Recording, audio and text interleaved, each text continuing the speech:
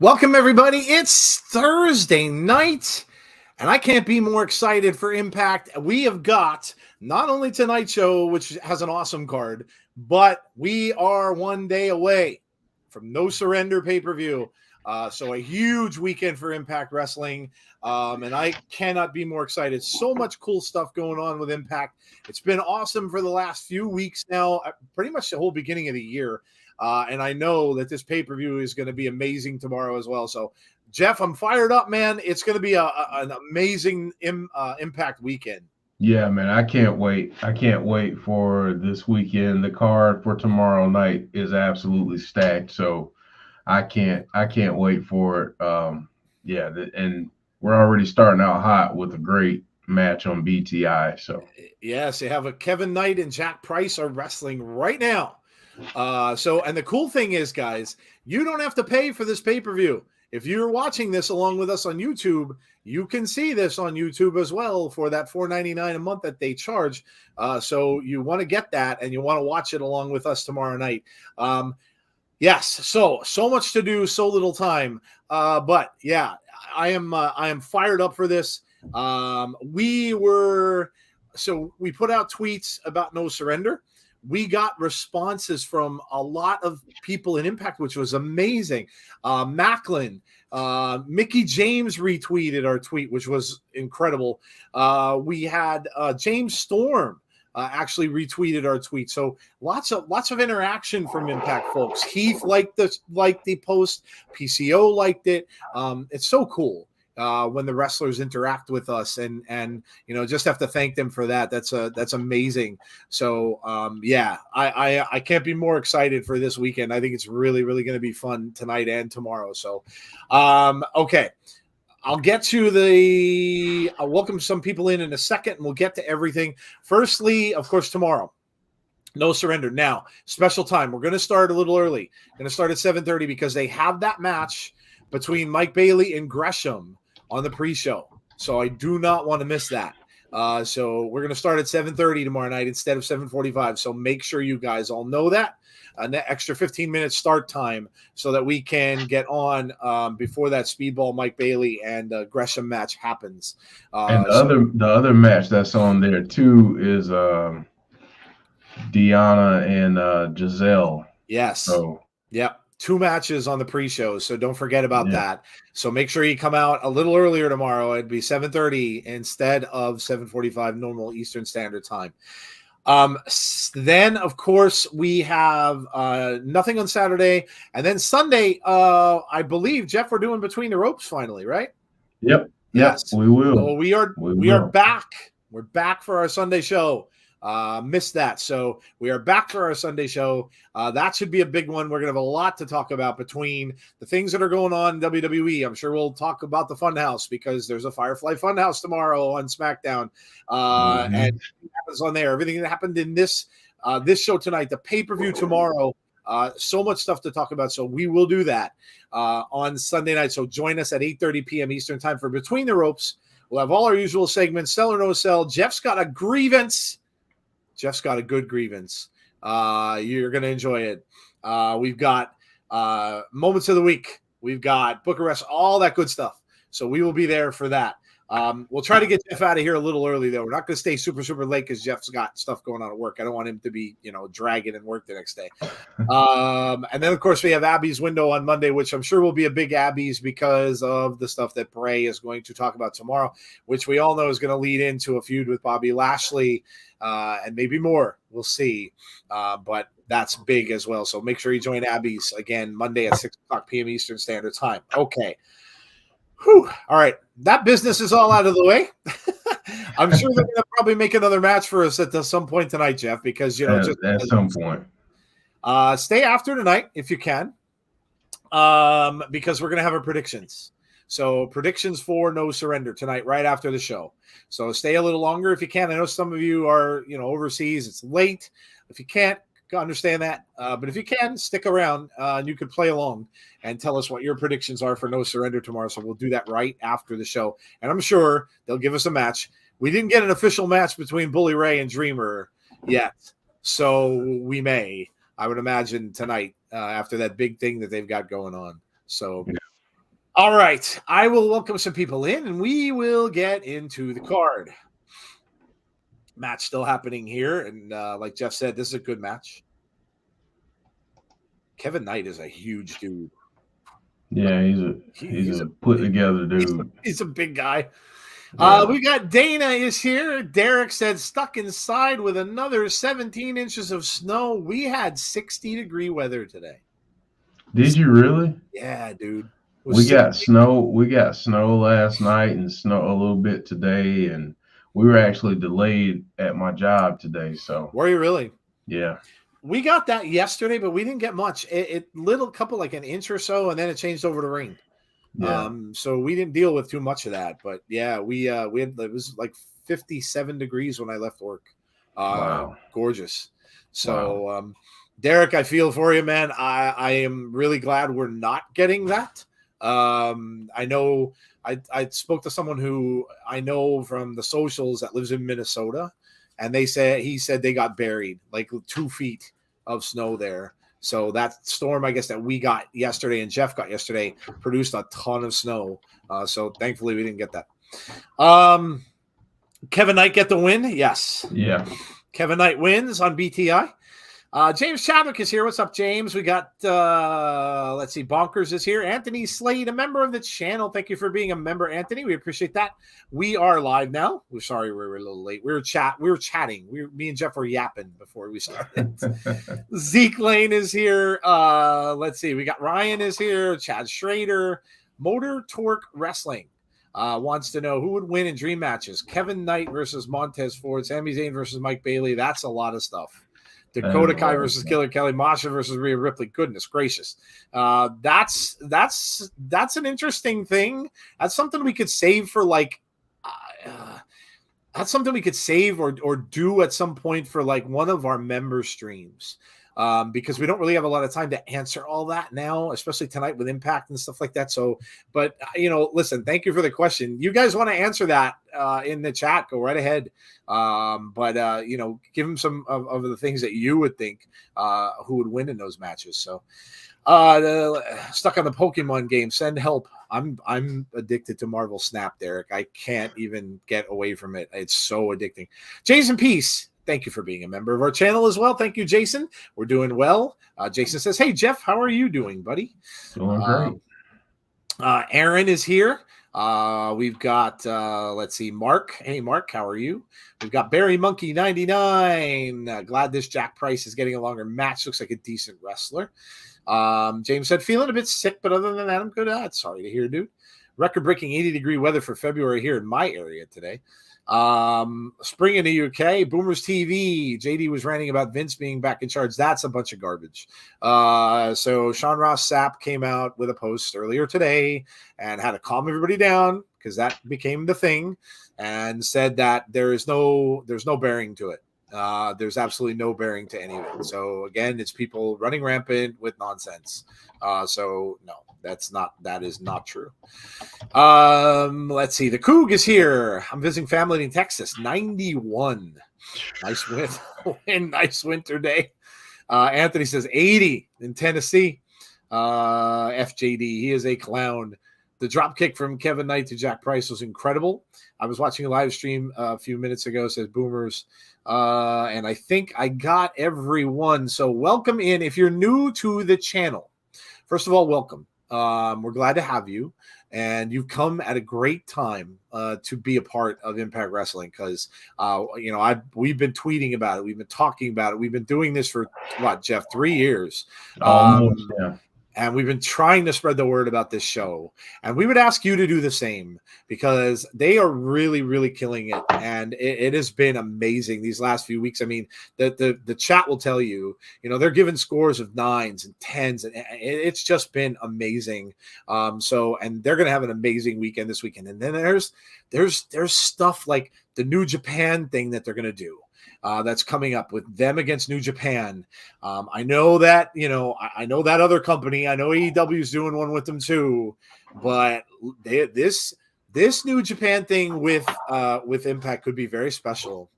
And there are a lot of things swirling out there. I listened to Busted Open and I listened to Mickie James discussing Mercedes Moné and her win and how they were chatting a little bit. And, it almost seems like there's becoming a buildup with Mickie and Mercedes. So maybe we get that. And if that happens, that is going to be unbelievable. They've never met in singles competition. So that will just bring so many eyes to Impact Wrestling, which is tremendous, regardless of, how they do it, who wins. Is it title versus title? Is it not for the title? I don't care. But that's going to be amazing. So thank you for being on board. Make sure you hit the like on the stream tonight for us. Please, please, please do that. It really helps us out and really gets the word out there as well. Share the video if you know someone else who you might think might like or enjoy Impact Wrestling. We always say there's no drama, Jeff, right? No drama. Yeah. No drama with Impact. All this other drama out there and fighting going on around which company's better than who and which and what. And this one sucks and that one's no good. And this one's, you don't hear any of that with Impact. So it's kind of nice. You get away from all that for a day. I compare things to the 80s and it's like Cheers, the place you go where everybody knows your name. But yeah, so just, share the video, tell people about it, spread the word. If you're enjoying what you're seeing and have people come in, have people come join the watch along if it's something that you might think that they might want to do. And also please ring the notification bell if you want to be notified about when we have future content. And I went over that at the beginning of the show. Okay, we're going to go over the card. And we're gonna talk about this card for tonight because there's some pretty amazing stuff going on here. And let's start from the top and go down, Jeff. So we have Gresham. Speaking of Gresham and Mike Bailey, they're going to team tonight, and they're going to go up against, well, I mean, geez, only the Motor City Machine Guns, one of the best ever tag teams. So Gresham and Bailey. I guess the question here is, Jeff, are they going to get along in order to beat the Motor City Machine Guns? So we'll have to see, right? Yeah, we'll have to see. I mean, you got two opponents going up against a well-oiled machine, pun intended. So yeah, this is going to be very interesting. If we're making picks, I'm going to go with the Machine Guns here.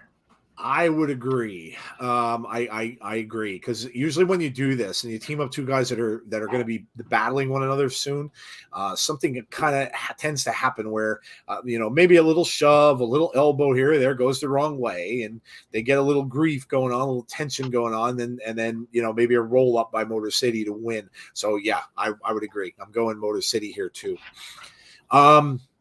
We've got a beat the clock challenge match. So, and there's going to be one for each person. So Tommy Dreamer has one.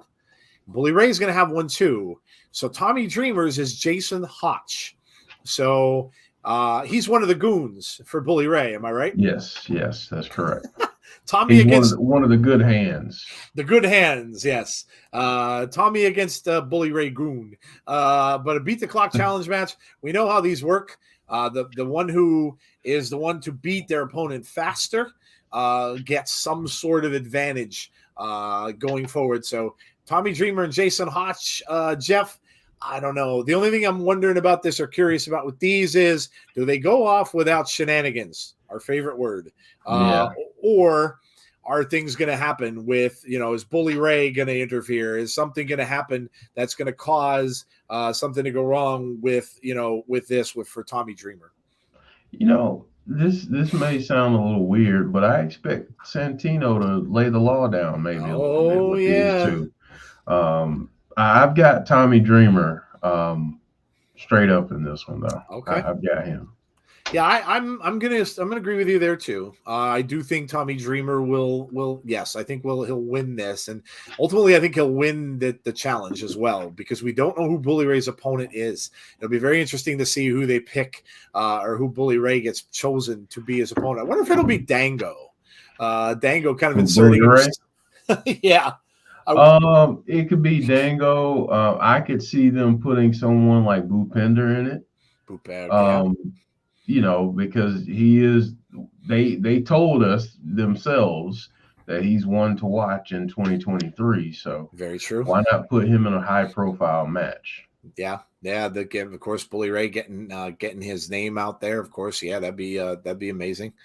Okay, let's go. We got Allison K versus Taya Valkyrie. So, of course, we're getting that big tag team match, the Hex against the Death Dolls. So they're split up here, and we're getting Allison K. So our first look at Allison K, wrestling in Impact for quite a while, and going up against Taya. So this should be interesting. Again, we gotta wonder if the rest of them will be out there. So if their partners will be there. Death Dolls will have a little bit of an advantage, a 3-on-2, obviously, unless Father James is down at the ringside too. So maybe that will even out the odds. I don't know, Jeff. I'm kind of thinking, this is a tough one to call, but I'm kind of thinking Taya wins. Because I have a very funny feeling that the tag team titles may change hands. And we'll segue into our picks for later, but we'll talk a little more about that after the show. But yeah, I'm going to go with Taya here. What about you? That's all the more reason why I'm going with Allison K here. Okay. I think you give them a little bit of momentum and Impact. For some of the people who may not know the Hex, I think you give them a little bit of a momentum boost with this win. So I think this is going to be a great match. I'm excited for people who haven't seen Allison K wrestle before. Yeah. I think you'll like her, and you'll like the tag match. I think tomorrow night. So yeah, this is going to be a good match, and I think this is just a really solid card. I know someone said that a lot of this card was like pay-per-view quality. It is, which I agree with. Yeah, it really is. Will Rally Sport Rally says, "Hi guys from UK. Hello to you. Been a little bit. I hope you're well. Do I think Hex wins? I do. I think they're going to win the titles tomorrow. Yes, I do. All right. Next, we've got a tag team match. We got Frankie Kazarian and Yuya against Callihan and Diener. So the Design and Callihan going up against Kazarian and Yuya. These are more of these tests that they're giving to Callihan. So will he get past another test from Diener and finally become a full-fledged member of the Design? Or is this all a big play? And he's going to end up turning at some point on Diener. I don't know if it'll be during this. Frankie and Yuya, good tag team to get, both good athletes, should be really good. But I'm going to say, Jeff, I'm going to go with Callihan and Diener here. I just think something happens. Maybe they have some of the Design interfere, but I think they win it. And I think Sammy continues up that ladder of passing all these tests that he has to pass to get to the final, whatever it may be. I think that the Design is going to hit a little bit of a bump in the road. Oh, okay. This week. Okay. I think that might happen this week, just as a little bit of a wrinkle in this story, because I don't think they want to take us linear in this story with the Design. I think they want to take us all over the place. So okay. I'm up for that. So I think Frankie and Yuya pick up this win. Okay. All right. Let's see. Hey guys, how you doing? We'll get to the food, Brandon. We'll get there.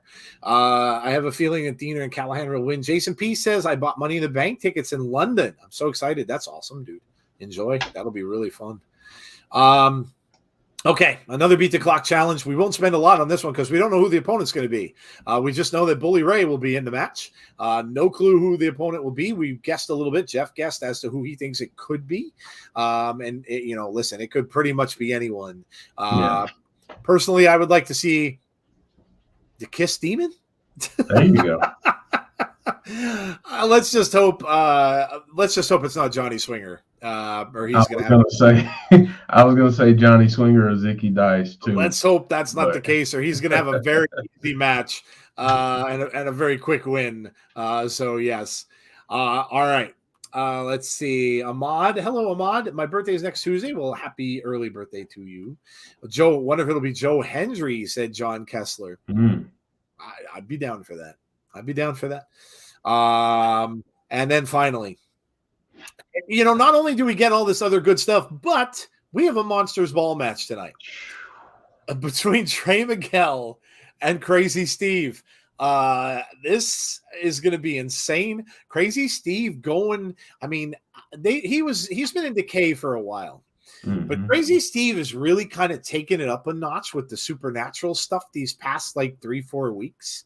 Really getting a little bit darker, and I really dig it. I love what he's doing. And even Taurus being brought into that as well. Trying to get into Trey's head, using his symbol and everything against him. So I'm loving where this is going. This is going to be an insane match, Jeff. I don't know. Could Crazy Steve win that title, Jeff? Is that a possibility? I think Trey's going to retain. I think Trey's going to win.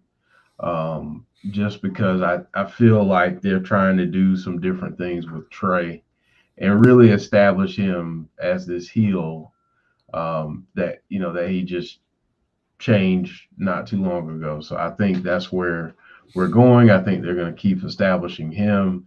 But yeah, this one's going to be very, very interesting. You would think that this would play in the Crazy Steve's favor, but I think Trey's going to win this one. Okay. Yeah, I would have to agree. I think Trey's going to retain as well. This feud will probably continue, and we'll see where it goes. But I would think that this will keep going further from here. But this is going to be a fun match tonight. Think along the lines. I know a lot of you guys that watch our show are big Bray Wyatt fans, so think along the lines of something crazy like that. We may get some things along those lines. So I think it's kind of cool, and I'm looking forward to it. I love Crazy Steve and what he's doing. Let's see. We got Brad. Hello, Brad. Brandon Wayne Lewis says ROH TV returns. Yes, on a yeah. They're going to be. That's the paid thing that AEW is doing in order to watch that.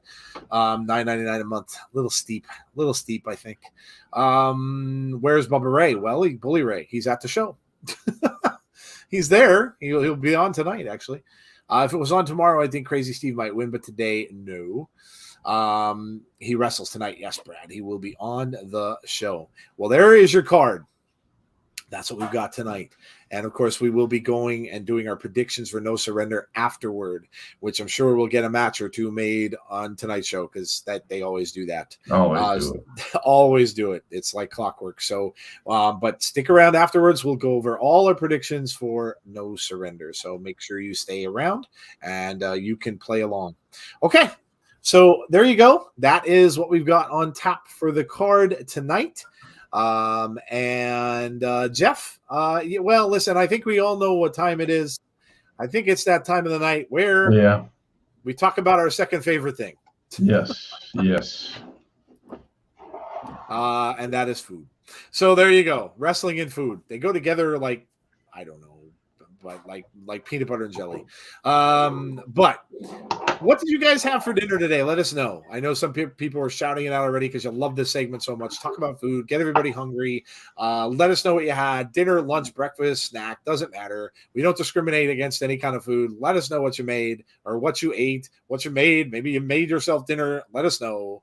And let the whole chat know so that you can get everybody hungry and they're going to want to go eat something. All right. Jeff, what did you have? Did you get to eat today? No.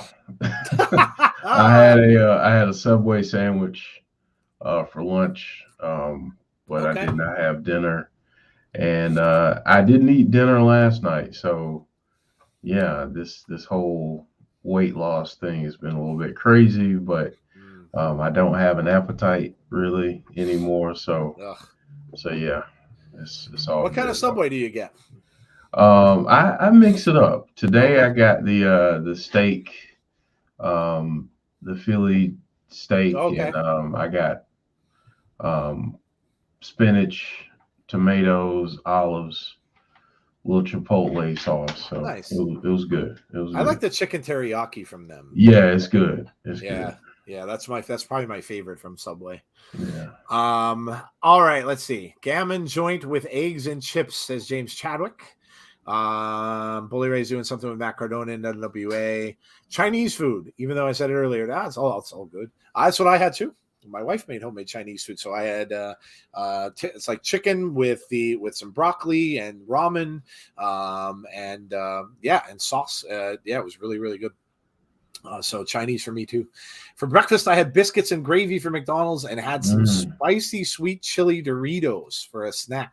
McDonald's does biscuits and gravy? I didn't know they did biscuits and gravy. If they do, then I'm getting that tomorrow. When did they do that? Yeah, where are you? Yeah, Zeke, where are you getting biscuits and gravy from McDonald's? I've never seen that. Barry Monkey says cod and chips with peas and carrots. Spicy popcorn chicken. Ooh, that sounds good. That does sound good. Jeff, damn you, that Sonic burger, it was so good. Homemade chili soup, says Deanna. Hi, Deanna, by the way. That sounds good. Grilled roast beef with smoked provolone. That sounds really good. Pizza. You guys are eating good stuff tonight. Yeah. Brad had a pizza burger. Oh, damn. I haven't had a pizza burger in a long time. A mozzarella and sauce on the burger with steak fries. I love steak fries. My favorite kind. Oh, yeah. Good night, Jason. We'll see you Sunday. That has to be new. Unless he's in another part of the world where they have different menus. Because, like, you'd be surprised, like, these fast food places have much different menus overseas and, in other parts that aren't necessarily in the United States, they have different stuff on their menus. So, yeah, it's, you never know. These fast food places all have different stuff. I wanted to try the new KFC wraps, and what a nightmare that was. Oh, really? Dude. It's laughable now, but I literally had to call KFC and I had to get a refund. It was so bad. Like, and I don't like doing that, but like it was so bad. My wife ordered the chicken strips, and first of all, when we looked at them, everybody kind of knows what KFC's food looks like their chicken, the breading and everything. It has that look to it, right? And when we got them, it literally looked like chicken strips that they got from a bag of frozen chicken strips and put them in the oven. Like it didn't even look right. And so my wife's trying to eat it, and it was like rubbery, and the food was cold, and I had picked it up like 2 minutes prior, so it shouldn't have been cold. And then I go to look at mine, right? I unwrap them. Now, the wraps are made to look on TV like they're very big. They're not. They're the size of a Chicken Little. So, but what they end up doing, instead of giving me 2 wraps, they gave me 2 Chicken Littles. And I'm like, there's no wrap. They're not in a wrap. What is this? So like I got the completely wrong items. We were all frustrated because we spent like $25. It wasn't cheap. So I end up calling. I'm like, this order is terrible. I'm like, they didn't give me the right stuff. I didn't get wraps. I got completely different stuff. Everything's cold. Like it was horrible. I was so mad because the wraps look so good on TV, but they also look really big and they're not. But yeah. James says you can tell I'm English. Yes, we can. We know you're English, James. We have a tomato shortage, and British government politician yesterday suggested we use turnips. So not going to their house for pizza. Ooh, yeah, no. Yuck. Biscuits are used to dunk in a cup of tea, not gravy. I got to shout out James too. James. So over the weekend, my kids had a bunch of questions that they wanted to ask a person from England. So, so I DM'd James, and he was kind enough to answer some of their questions. My daughter, who's 4, she was like, so what do they call a milkshake? And what do they call this? And what do they call that? So James was nice enough to answer some of those questions. There you go. For the kiddos. So thank you, James. That's why I had to pick at him and say, James, not those kinds of biscuits. Not thank you, awesome. James. There you go. Damien. Hey, Damien, how are you? Don't worry, no worries about being late. James, you smother them in gravy and eat. Scones are dipped in tea. Zeke says, I live in a small town in West Virginia called Shinston, and yeah, they've been doing it for quite some time now. They sell breakfast until 10:30. Used to do it. Yeah, 10:30 is usually the cutoff for breakfast time at McDonald's too. But I've never heard of them having biscuits and gravy. That's crazy. When in Texas, it's always Whataburger, said the Coog. I have only ever eaten there one time in my life. I feel like they make food bigger on TV. The food Definitely. You see on TV, yeah, no doubt. No, when you see a quarter pounder, it looks like it's like it looks like it's 4 foot long. And then when you get it, you're like, oh, really? What is this? Yeah. What's going to happen at No Surrender tomorrow night? I lived in Northern Virginia area 2 times. I miss Whataburger so much. I call a milkshake. Oh, Derek's starting in. Derek, listen, don't look. I told Jeff, I said, if Mickey's like retweeted our show, if she would ever follow us, honest to God, I'd pass out. Honest to God, I'd boom right on the floor. I'd literally pass out. It would be amazing. I love custard cream biscuits. That sounds good. Custard cream biscuits sound good. Cool stream cheering me up. Had a bad day. I had a bad day. Got a trapped nerve in my shoulder and bicep. I can't. Oh, that sucked, dude. I can fit. Look at this. I feel like Thanos. I think I have tendonitis in my wrist, and it sucks. Like I've been wearing this thing like all day and everything now for the last few days because it literally hurts. Like I can't move my thumb a certain way or like bend my wrist a certain direction. But Jeff turned me on to the chiropractor, which has been pretty amazing. That dude just loves cracking my neck, man. He's done it to me like 3 times now in 2 weeks. It just and I always know what he's going to do because he gets the hands. And he's like, all right, relax. Mm-hmm. And I'm sitting there and he's talking to me with this like soothing voice and I'm like, but it's you could see progress like right away because he'll tell me to look left and look right, and he'll say, oh, like when you first came, you weren't able to move like all the way over there, and now you can. And so yeah, it's been good stuff. It's been good stuff. He used a Theragun. I don't know if you guys know what Theraguns are.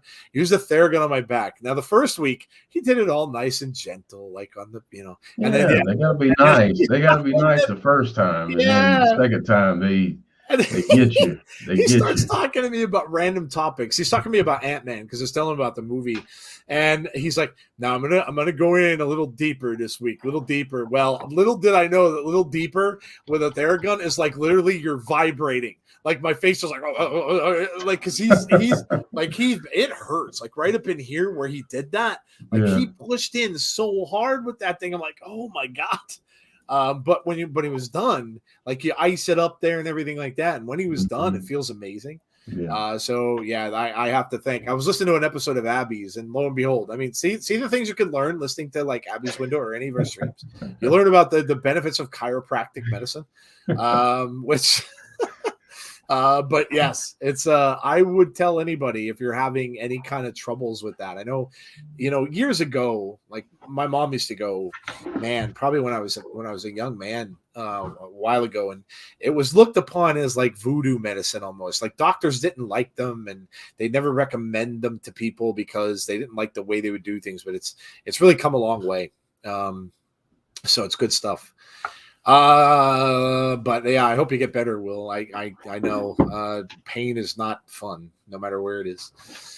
By the way, Jeff, I know you've been busy, but did you get a chance to listen to that disability podcast episode I sent you? I thought you might enjoy it, says Mark. Yeah, it was really good. There you go. Good. Godsmack has a new album. What is this? The 90s? Right. Godsmack. I met the lead singer of Godsmack. He was at our T-Mobile stand, and he was the most ignorant little dude. And he's small, and he was so rude. Like when he came up, he had a bodyguard with him, and the bodyguard was this huge guy. And he came up and he was just nasty to my assistant manager. And I'm like, wow, this guy's a real jerk. I didn't even know who he was because I knew who they were, obviously, but I don't usually look at bands and get to know like the people who, what they look like and everything like that. And I didn't know it was him. And then when he was leaving, my assistant manager said to me, you know that he was the lead singer from Godsmack? I'm like, get out of here. And it's like, yeah, I said, and he was, wow. I said, he was a real jerk. I'm like, geez, like, just like really rude and like really pompous. Do you know what I mean? Like acting kind of like he's like huge. No, they were big. They had some hits and things like that, but like acting just a little too, like too big for what he was. And, but yeah, so I found an old pic of green shirt guy. Yes, I did see that. He sent that to me, and he looked the same. So it didn't really look like he was that old, but it looked the same, and he was wearing the same green shirt. So maybe he started that when he was a kid. Maybe he was green shirt boy. Green shirt boy. Maybe he was green shirt boy. Maybe it came from his mom giving him this really bad shirt to school when he was a young kid, and he got beat up for it. And maybe ever since then, he's like, screw this. I'm going to wear this all the time now because, embrace it. I'm going to, yes. Bruce, hey, what's up, Bruce? How are you? I have a Theragun. It's amazing, says Derek. Yeah, the thing is, you really got to get somebody to do that where they're not going to be afraid to like what he said, to get in there and do it. Because you could just use it almost like, gosh, dude. Tweeted you a pic of custard cream biscuits. I'll have to check that out. I like dunking milk chocolate digestive biscuits in my tea. Only problem is they often drop in the tea, and you end up with a thick biscuity tea soup. That doesn't sound fun, though. No, that doesn't sound fun. Let's see. Do you have bourbon biscuits? Same as custard, or had custard creams, just chocolate? I don't think we do. I don't think I've not seen a bourbon biscuit. No, I've never heard of bourbon, obviously, but not bourbon biscuits. Yes. Oh yeah, I've heard of bourbon. I'd be shocked if the green shirt guy wears a different shirt too. I love how he sits next to the yellow shirt guy now. I called him Lemon Lime when we were watching along the pay-per-view. I said, look, it's Lemon Lime. You have Sprite over there now. So yeah, that was funny. All right. Well, there you go. Thank you for volunteering your food information. Really appreciate that. We've got about 3 minutes for the show to start. I did get to see Ant-Man, but I always get my little geek talk in. I did get to see Ant-Man. It was good. It was the best Ant-Man movie so far. So he's not one of the central characters, so sometimes it's hard to get behind that. But Paul Rudd's very funny. Does a lot of comedy in there. And I'll just tell you this. If you haven't seen it, I'm not going to spoil anything. Jonathan Majors as Kang is tremendous. And I didn't know how that was going to go because I love Thanos. You guys all know I love Thanos. I cried when he died. Everybody's there rooting for when they're watching the end of that, like when everybody in my theater, we went to see that movie, and you see Cap like picking up his shield, getting up off the ground, and then Thanos is waiting over there, and then you hear that, "Hey Cap, on your left." The theater goes bananas. You can watch any video of that, and the theater is like on their feet, yeah, they're screaming and yelling, and then the big fight happens with Thanos, and then Thanos gets dusted and fades away, and I was literally very upset when that happened. I'm like, no, you can't go. Like, I'm like, no. But I was no. No. It was horrible. But I was wondering how they'd replace him. But I'll tell you, Jonathan Majors is excellent. And Kang is going to be a major problem for the heroes in the future. Major problem. The after credit scene will explain why, but he's going to be a major issue for the Marvel universe. So it's really cool. Really cool. Lots of fun stuff going on. The Flash movie I cannot wait for. Jeff, now there's rumors Christian Bale's going to be in it. Oh. Yes. My two favorites. There are even two rumors. Of my favorites. There's even rumors, Jeff, swirling around that they may have gotten permission from Christopher Reeve's family to use and do something with Christopher Reeve's Superman. Wow. Literally, if that happens, I'll be bawling. I'll have tears in my eyes. I am so excited for the Flash, and that's so awesome to say because DC movies have not been good.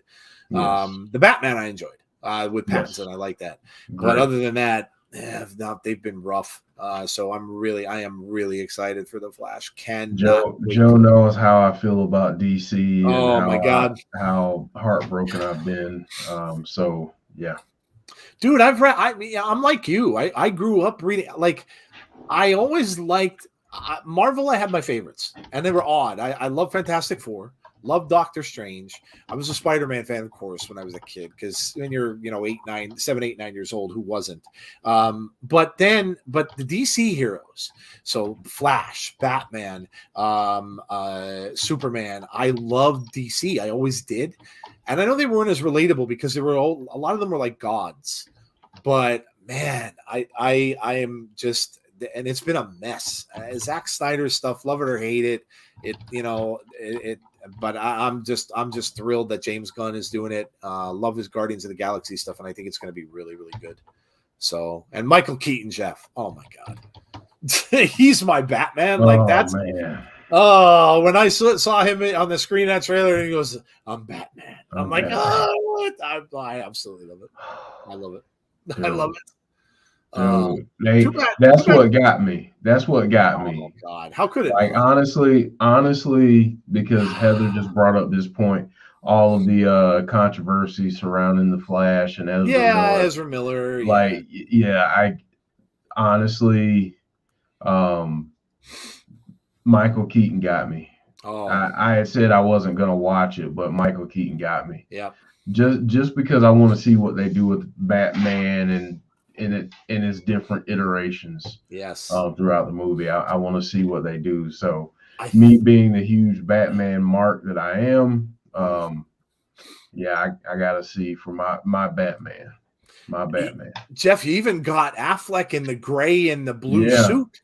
Yeah. So even the old Batman comics suit, and I think it's going to be a little bit sad because I think it's going to be a goodbye to all of them and a new start. So I think you're going to see, Michael Keaton's Batman will be gone. Like all of these past iterations of these characters will be gone when these universes disappear or whatever happens. So it's going to be a bit sad, like a little bit of a sad farewell. So We have Trey Miguel is locked up. And remember, these guys get locked up. What is it? 24 hours, Jeff, right? Yep, 24 hours.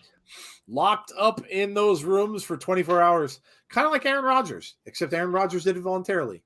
Locked himself up in the darkness. He had a little bit of psychedelics to help him. Yeah, a little bit. Yeah. Oh, look what we're starting off with. Of course. Speedball Mike Bailey. Impact is loading slow. That's not good. Well, excited for the Funhouse tomorrow, says Isaac.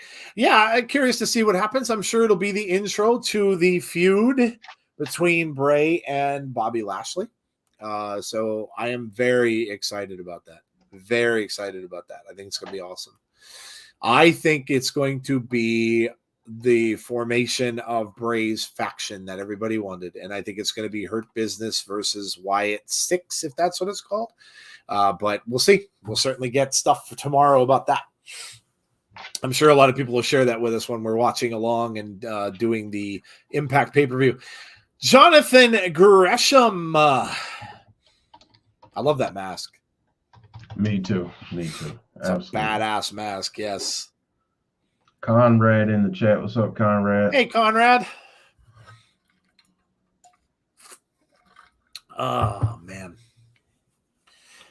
Motor City Machine Guns versus Speedball and Gresham, yes. Who said they loved the 89 Batman? That was the Coog. Oh, yeah, it's so good. So good. And Nicholson's Joker is so over the top. Yeah, just absolutely. And of course, the soundtrack by Prince. Oh man, one of my favorite albums by Prince. Actually, I love that soundtrack. Party Man, love the song Party Man when he was in the museum and they're destroying the museum. And of course, Bat Dance came from that, which was hugely popular. But yes, so good. That album is really, really good. TNA, AEW, WWE, SmackDown Friday night. Yeah, lots of stuff going on tomorrow. I love Speedball, but I want to see him go heel. That'd be cool, I guess. Are we excited about match of Omos and Brock? Everybody's so all over that. It's like, let the story play out. Let the story play out. Let it play out and see. Everybody's like all on top. Oh, that sucks. Oh, that sucks. That's what led to the whole Vince McMahon stuff. Let it play out. We got one little tease. Let it go. Let it breathe. Let it play out. Everybody just, again, man, just so impatient with stuff. Let it play out. All you have to do, if you want to convince yourself to do that, look at the Bloodline storyline. Had people been impatient with that and WWE decided to stop it, look what we would have lost out on. So just have patience. Let them build what they're going to build. Let them build their storyline. So is there SmackDown versus AEW Rampage tomorrow night? Well, we are doing the Impact pay-per-view tomorrow night. We've got No Surrender. So that's what we are doing tomorrow night. Gresham starting off versus Shelley. Think of how good a card has to be where you have Jonathan Gresham and Mike Bailey on a countdown show. On a pre-show. That's crazy, man. Yeah. Quick cover, gets a 2. What a move there by Gresham. Going after that left knee of Shelley. Now he's going to go to work. Tag into Bailey. See how well they work together. Is No Surrender on Impact on YouTube? Yes. Yes, Brandon, it is. So you can watch along with us via their YouTube channel. So yes, it is not one of the ones that you have to get on Fight TV. I prefer Brock against Gunther. Yeah, I know. A lot of people wanted different stuff, but here's the thing too with that. Brock is at the point in his career where he's going to make decisions based on what he wants to do, and he's probably earned that. So if he's going up against Omos, it's not because they're forcing him to do it, because he won't do anything he's forced to do. He doesn't have to. So if he doesn't like that, he could tell them go pound sand and walk away and not worry about it.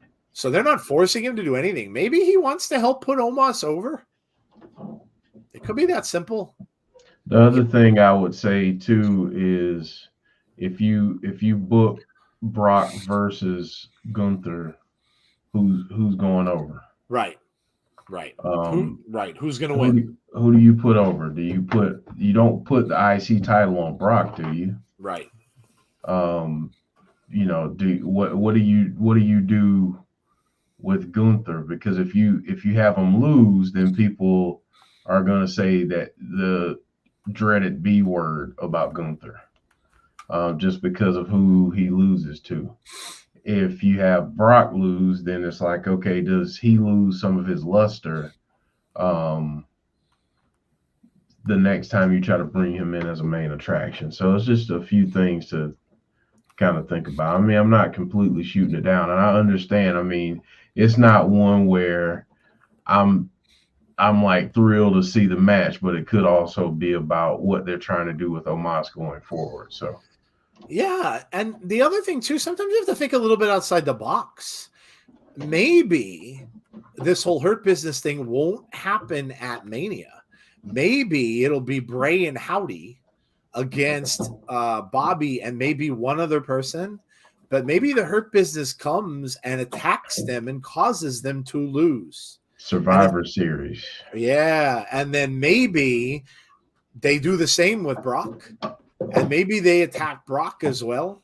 So that maybe it's Mania where the Hurt Business comes back together as a whole, and then going forward, then maybe Bray would be the one who'd have to get himself some more people, and then like Jeff said, Survivor Series would be perfect because that's what you do that kind of stuff there. Just think if Adam West was still alive. Yeah. Not to say they can't use images and stuff of him.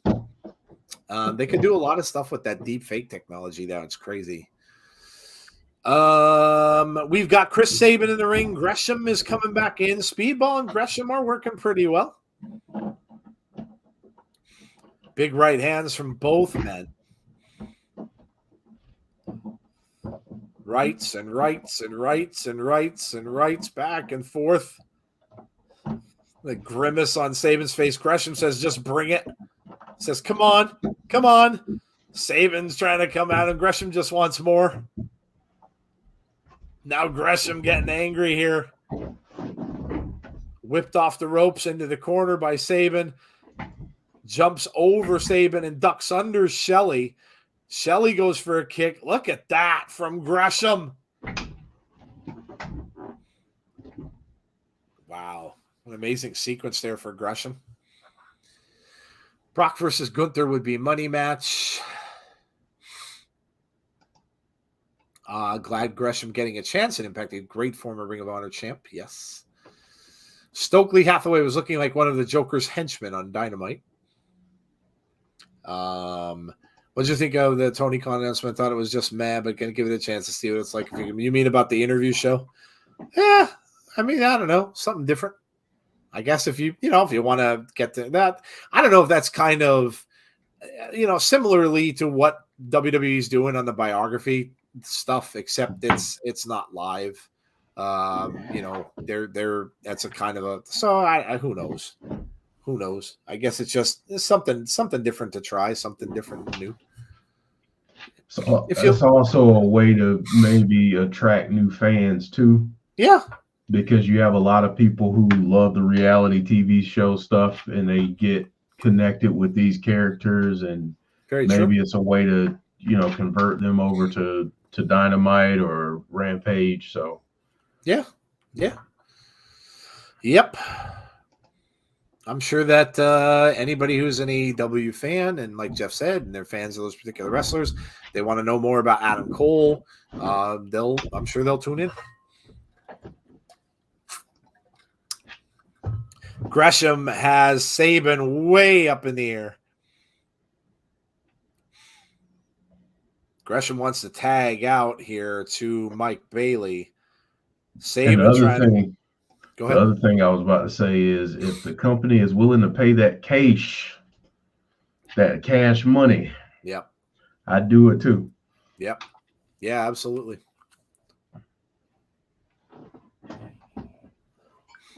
Mike Bailey misses. Alex Shelley rolled out of the way.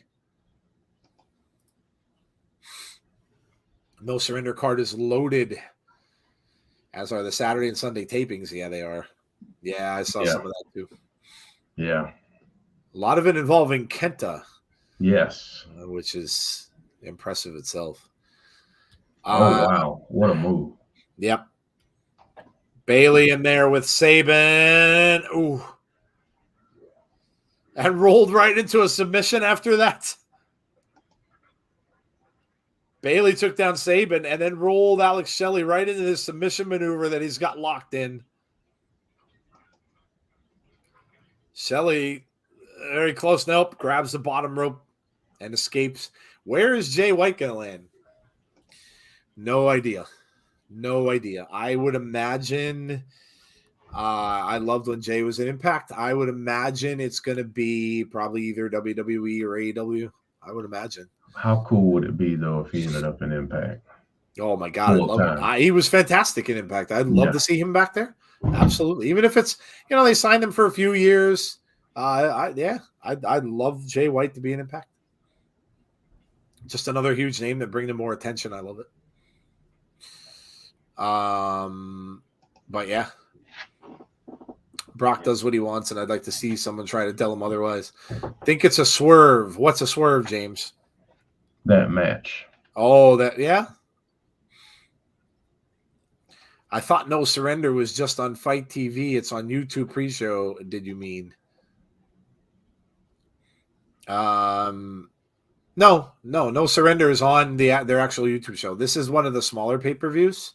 So this is on the YouTube channel. Yeah, if you have the $4.99, I believe it's called Ultimate Insiders membership. Yes. I refuse to say that.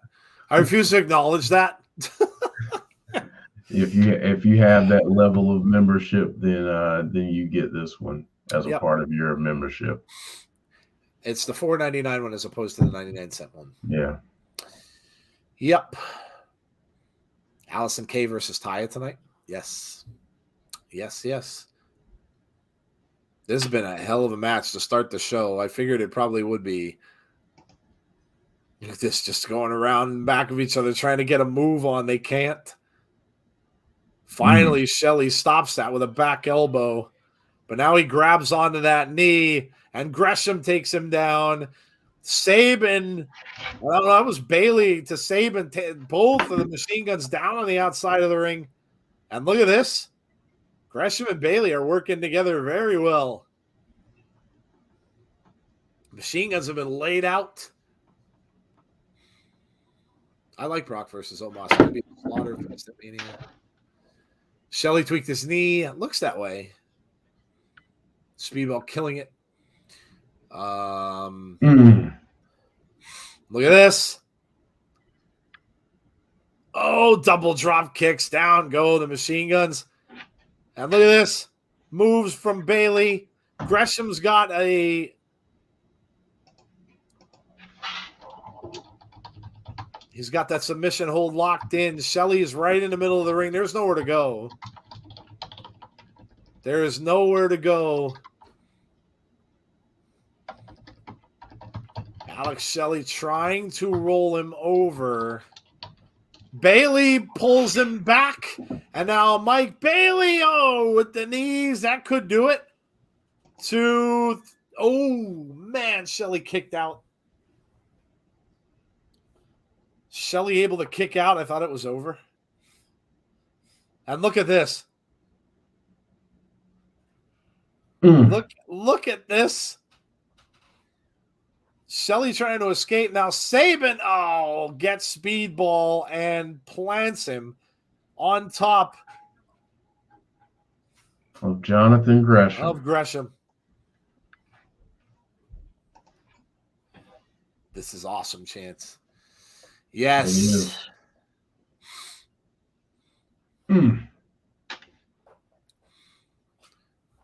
Voice AI has been crazy too. Maybe you wonder about podcasting and clips you hear now. Yeah. Yeah, agreed. I'm just waiting for Sanity and Eric Young.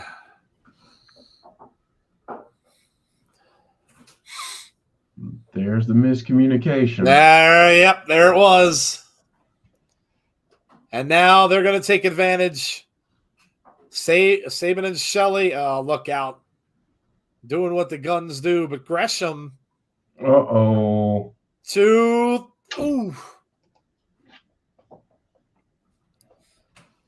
Oh, there it was. Gresham just nailed Speedball. Now a reversal by Gresham.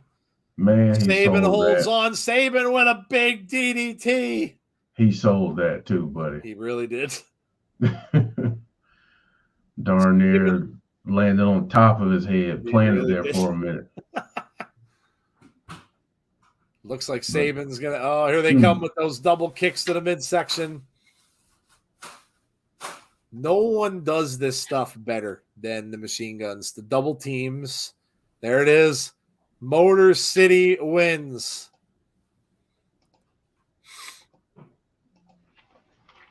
Bailey and Gresham were working really well for a good part of that. Yeah. And just had some miscommunication at the end. Listen, it's hard to beat a team like the Machine Guns because they just work so well together. They've known each other for how long, been together for how long. They know what each other does. And here's Mike Bailey and Gresham, who really aren't used to wrestling together. And they did pretty good job for a good amount of time. Yeah. Rich Swann. Swann getting his title shot tomorrow. Impact should sign Holodead. We love Holodead. She was our first interview on our channel. Sure was. She's really good. That was a lot of fun. Oh, it was. It really was. That was age restricted, though, by the way. Here we are, two like brand new guys doing this, and we get Holodead on, and she was so sweet. When she emailed me, she said to me, she's like, "Oh, I don't really do interviews. I'm pretty nervous when I do them." We're like, "Oh, we're just gonna chat." And then she gets on, and man, oh man, she sure seemed comfortable to me. It was so great. We had a blast. She's awesome. She really is. Quick question, Joe and Jeff, former Impact Chelsea Green. How do you think she's doing character work? I think she's funny. Yeah, she's being like a comedy character, and it's fine. She's just showing the things that she could do. And I think it's funny. She's like that pompous kind of, she reminds me of a lot of like what Carmella used to be. Has to always be the most important one. She's driving Pierce crazy. I think she's fine. I think she's fine. She's what we refer to these days as a Karen. That's the whole concept is to play off of what we see in society with that. So yes. Switchblade WWE bound, in my opinion, says James Chadwick. Gresham's a legend in the wrestling business, and the fact that he's with Speedball will help him tremendously. Impact's gonna F with Jeff tonight and make more matches for No Surrender. Oh, no doubt. Yeah, that just happens all the time, no doubt. Death, taxes, and Impact adding matches after I have certain graphics. Yes. Those are the certainties. Yes. AJ Styles in the Hall of Fame class. They have great chemistry in the ring. Alex got up. Oh, I'm behind the chat. I didn't realize how far behind I was. Are we still getting Speedball and Gresham tomorrow? Yes. Yep. Curious, will we see some debuts tomorrow? I might know one. We will see. I'm so exhausted at night. Didn't think I could have made it. Curious to fun fact, my mom is called Karen. That's your mom's name. So then she is a Karen. She is. This is, of course, Giselle Shaw. Oh. And this was the bowl of chili incident. Yeah. And yeah, He looks like he's gonna throw up. Yeah. I mean, they just disrespected a good bowl of chili, you know? Yes. Yeah. Look at this. Then she smushes them together. This is going to be a really good match between Yeah, I these two. agree. Deanna says, "Thank you, Giselle." She said, "You are the problem." Mm. It's funny, Jeff. Are they turning Deanna into a face? It's funny. I think I could see her end up with Giselle. Okay. I don't think they'll turn her face. I think they'll do something like that before. Or, I mean, the other option is we could just have her go back on a singles run, please. And thank you, Impact. Yeah. Yeah. Deanna's so good. Yeah, she is. Not to say she couldn't do it. Deanna could do anything she wants. Yeah, anything. The good hands are on their way. Possibility we could see Dragon Lee and Carl Fredericks, who now go by the name of Eddie Thorpe at NXT, Roadblock and NXT Stand and Deliver. Remember this comment. Greg John says, hello to you. Love Deanna, says James. Deanna Prazo might be a back and forth heel and face. Yeah, Deanna could really do both. Do any of it. Yeah. Yeah. They're talking about the Beat the Clock challenge.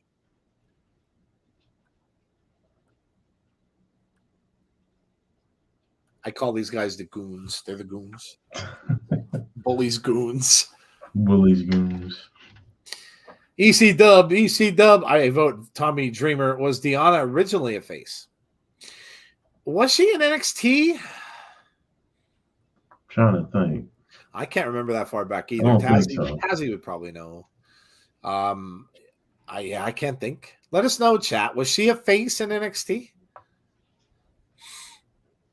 That's a crime against humanity right there. I love chili. Well, Zeke, I would normally agree with you, but that did not look like good chili. That looked like chili in a can. Yeah, that was definitely canned chili. That was like Hormel canned chili. Yes. Not to say it's horrible. Has its uses. Sometimes it's decent on a hot dog if you just want something quick. But that is definitely not good chili. My mother-in-law is also named Karen, but she can be a Karen sometimes, so that's okay. We're getting a lot of Karen talk out there tonight. I'm getting confused. All right, here we go. It's Tommy Dreamer and Jason Hotch in a Beat the Clock challenge. You would kind of think that this might be a slower one because Tommy Dreamer is a little methodical. Might be tough for him to get a quick win. Yeah. Arm drag takedown from Dreamer. Misses over into the corner. Nice kick there from Hotch. Was watching Dark. Check out this wrestler named Dale Springs. Is it me? Sounds like a place. What an awful wrestling name. Dale Springs. So, it sounds like a very relaxing retreat area. Yeah, it kind of does. Yeah. Maybe that's where Aaron Rodgers went for the darkness, to Dale Springs. I read all about that. He went to the dark side of the moon. He went to the I read all about that retreat. There was like a whole article on ESPN about that. It's very, very crazy.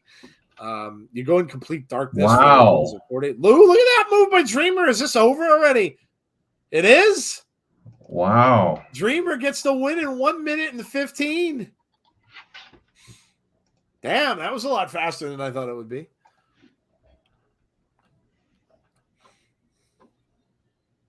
Oh, Jeff, now come on.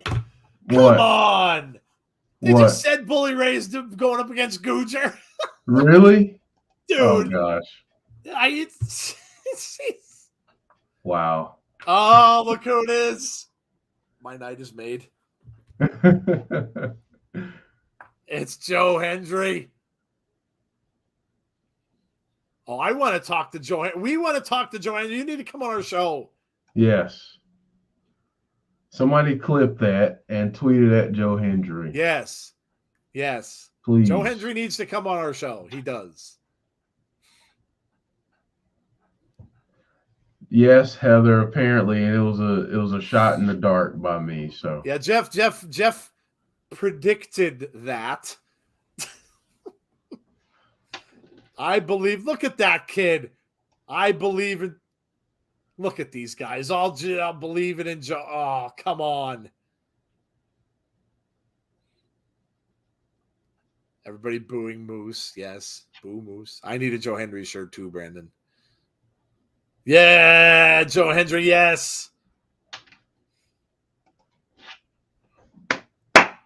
Versus Dancing Moose. Listen to them singing his song. people believe, man. Oh, my God. Oh, my God. Man. Joe Hendry. Okay, I really don't know how I got that right, Joe. Oh, yeah, huh? Mr. I don't write. Mr. I don't write for Impact or anything. But you know, just, man, that was a really good segment. Yes, it was, Dion. Anything with Joe Hendry, and it's going to be an A+ segment. I really love this dude, man. I don't know what's going to happen with him and Moose. I hope he doesn't lose. He's amazing. And now we get the Death Dolls. But this is a fun night for me. You get Joe Hendry and now Rosemary. Joe Hendry got better and better. I think an Impact really, really improves as Will. Deanna says, I'm not a Karen. I hate everything. I hate it all. Jeff, the Impact head writer. I mean, you guys can all tell everybody. When we were talking about our predictions early on, if you weren't in the chat then, and we were giving our predictions for tonight's show, I said, well, Jeff, who do you think is going to go? You can go back. You can play this back. Jeff, who do you think is going to face Bully Ray? Oh, I don't know. I think it might be Bhupinder. And look what happens. I'm just saying, they told us that he was one to watch in 2023. So, I mean, just going by what they told us, that's all. Yeah. Listen and believe all that stuff, guys. Yeah. Believe all that stuff. But don't believe that he's like sending scripts to Impact every week. No. God. You know, Jeff did meet with some higher ups of Impact when they were in town when he went to that match. So, you know, we don't know what happened there. I'd like to have been a fly on the wall. You know what I mean? Like coming in, you know, Jeff, we could really use a writer for Impact Wrestling. Oh, yeah. Well, I do this show. We do a watch along. Oh yeah, no, you can't spoil anything. Oh no, I would never do that. No. Yeah, we know. Hey Dazzy, how are you? Want to see something awesome? Sure. Yes, Tazzy. Sure. The Hex. Taya and Jessica and Rosemary and Allison K. So our first look at the Hex in the ring. So one half of that team, Allison K, going up against Taya Valkyrie. Jeff is hiding now. Yes, he is. He had to get off camera. Oh, that's what we're gonna see. That's see what it something is. Awesome. I gotta put him up there now. Oh, look at this. Look who joined in. Right when we were telling Jeff that he is completely writing for Impact Wrestling, Tazzy. He proved it. Surprised. He proved it. Before the show tonight, Bully Ray's opponent was a mystery person. Okay. And I go, Jeff, who do you think is gonna wrestle Bully Ray? And he goes, oh, I don't know. Well, you know, they did say Bhupinder is gonna be like a big person this year. And all this, and who does he wrestle? Oh, it's Bhupinder. Yeah. Yep. Yep. Well, we all knew that. Come on. I know. Like, shocker, right? Yeah. Oh my God, the background worked? What? Look at that. The background worked. So hold on. Let me see if I can turn the background for a second. I'll show you where exactly I'm at. This is where There I'm you at. go. Tazzy's in a hotel. I can't believe it's working. No green screen needed. Yeah, look at that. Apparently, the green screen still works. Who knew? There you go. You got yellow back there. Maybe they should do a yellow screen instead of a green screen. Right? Oh, man. What a day. We got the three amigos. Brandon says yes. We should all wear sombreros one week. That'd be amazing. Payback is you know what? I believe the Hex are still playing the NWA, but Billy Corgan may have sent them for Santino appearing on the live YouTube show. All of us need to tweet Joe Hendry and ask him to come on here until it happens. Yes, do that. I would be forever grateful. Yes, Joe Hendry needs to come on our show. We support that message. Yes, spread the word. I would literally sit here the whole entire night going like this. And singing I believe in Joe Hendry. Jeff will ask all the questions and I'll just look like an idiot, which I always do anyway, but that's beside the point. Come on, Taya.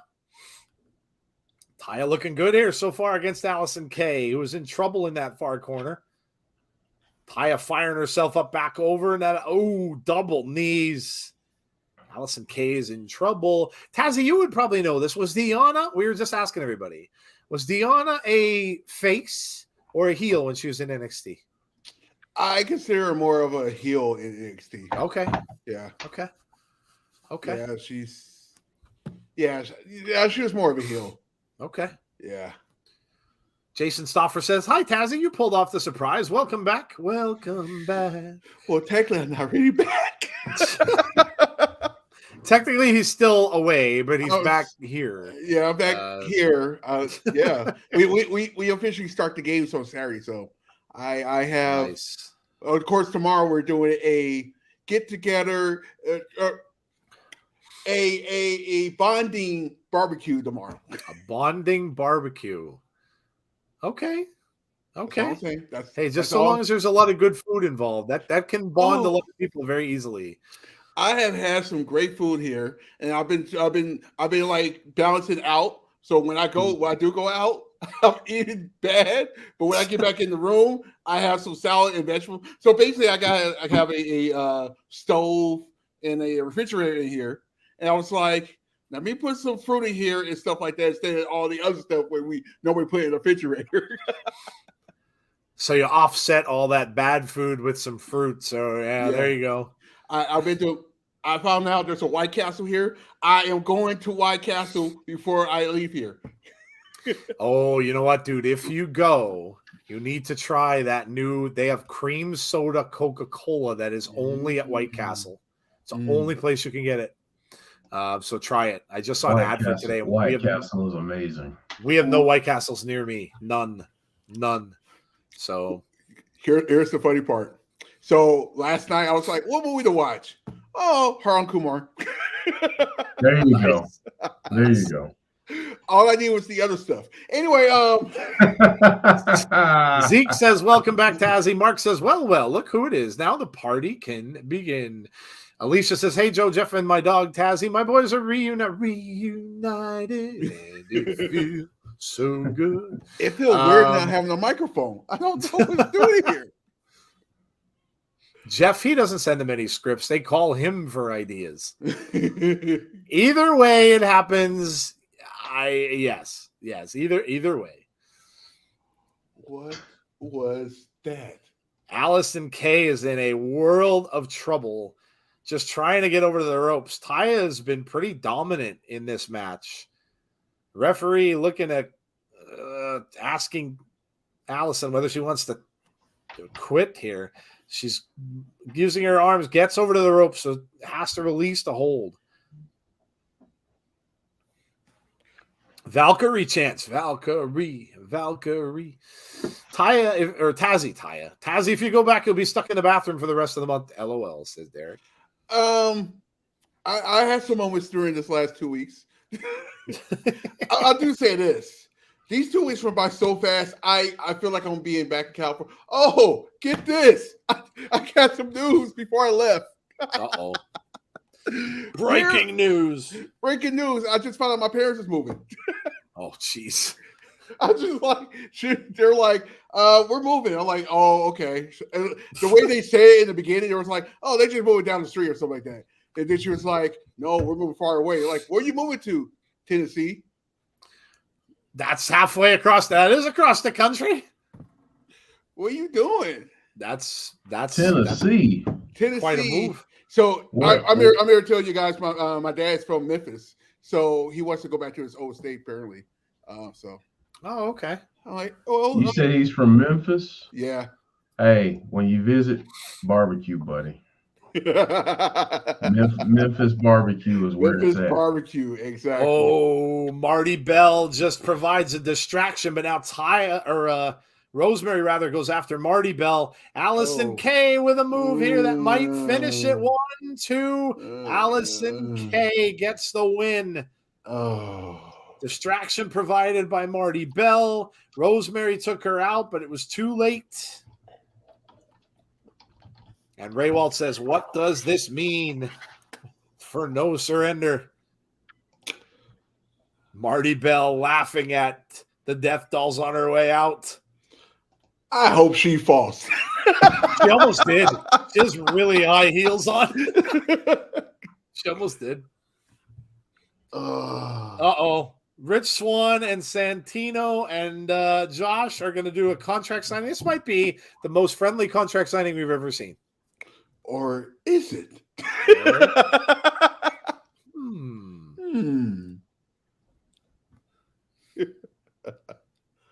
Josh says, you and me are friends.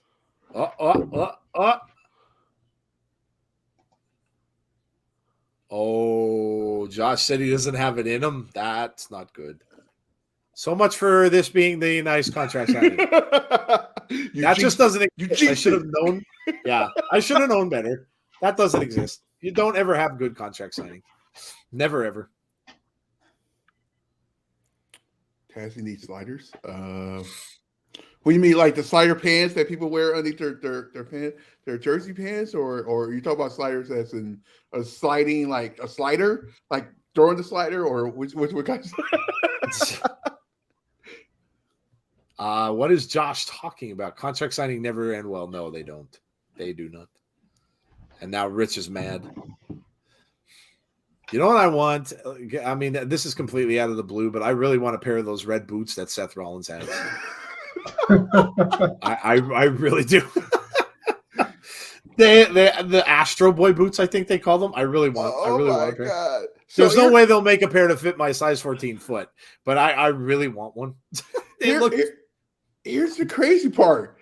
The weekend before, I was talking to C, and it was like, I really need Seth to actually have those boots on. Next thing you know, Monday pops up. I'm like, damn you. Oh my God. There you go, Joe. Oh my There's God. going to be the price tag for them. I saw that there are people selling them. People selling them on Etsy. There's a lot of people that I guess maybe make them and sell them on Etsy, but yeah, that's crazy. Brandon Wayne Lewis, Eagles go. That they went, didn't they? Sorry, I couldn't help it. The Eagles went. They flew. They flew Thank south. you, Patrick Mahomes. $350. That's ridiculous. I don't even know how he could walk in them. I really don't. I really don't know how he could walk in them. No one needs Astro Boy boots. Whoa. Oh, it's Macklin. Why? Macklin's going after Josh saying you've been ducking me. Now, see, I said this was going to be nice and peaceful, and look what happened.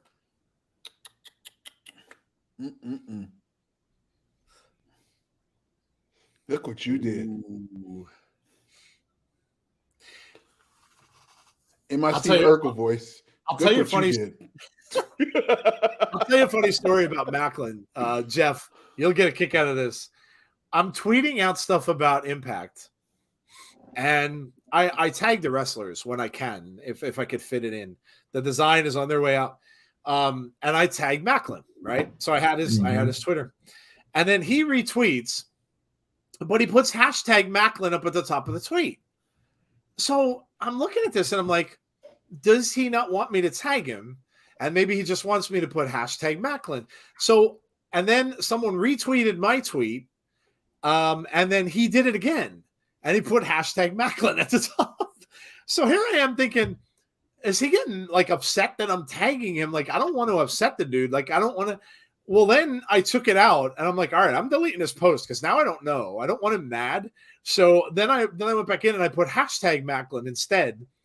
And then I tweeted that out, and then he did it again. I'm like, wait a minute. So then I go on his Twitter, and I look down his front page of his Twitter, and literally he's responding to every tweet with hashtag Macklin. And I'm getting all upset. I'm like, I thought he was mad. I'm like, nope. Should have probably checked that beforehand. But yes. Hashtag Macklin. Have I seen any peaches? Let me tell you where exactly where we at. Let me tell you now, exactly now look what you did. We are right across the street from the campus of Arizona State University. Oh boy. So yes. That's like asking him if water is wet. Yes. Yes. I mean, there's a lot of wetness here.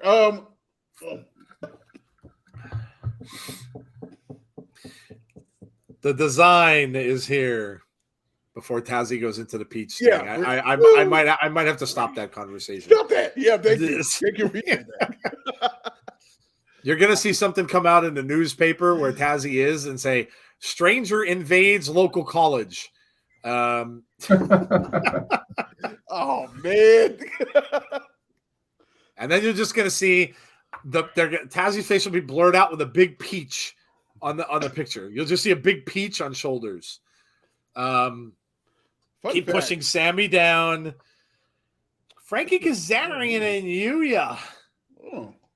LFG says Conrad. Let's go. Kazarian is here. I've never been to a White Castle. I don't think there is one in Buffalo, New York. Oh, they're few. Oh. They're kind of. They're not as prominent in the Northeast. No, there's not as many of them around.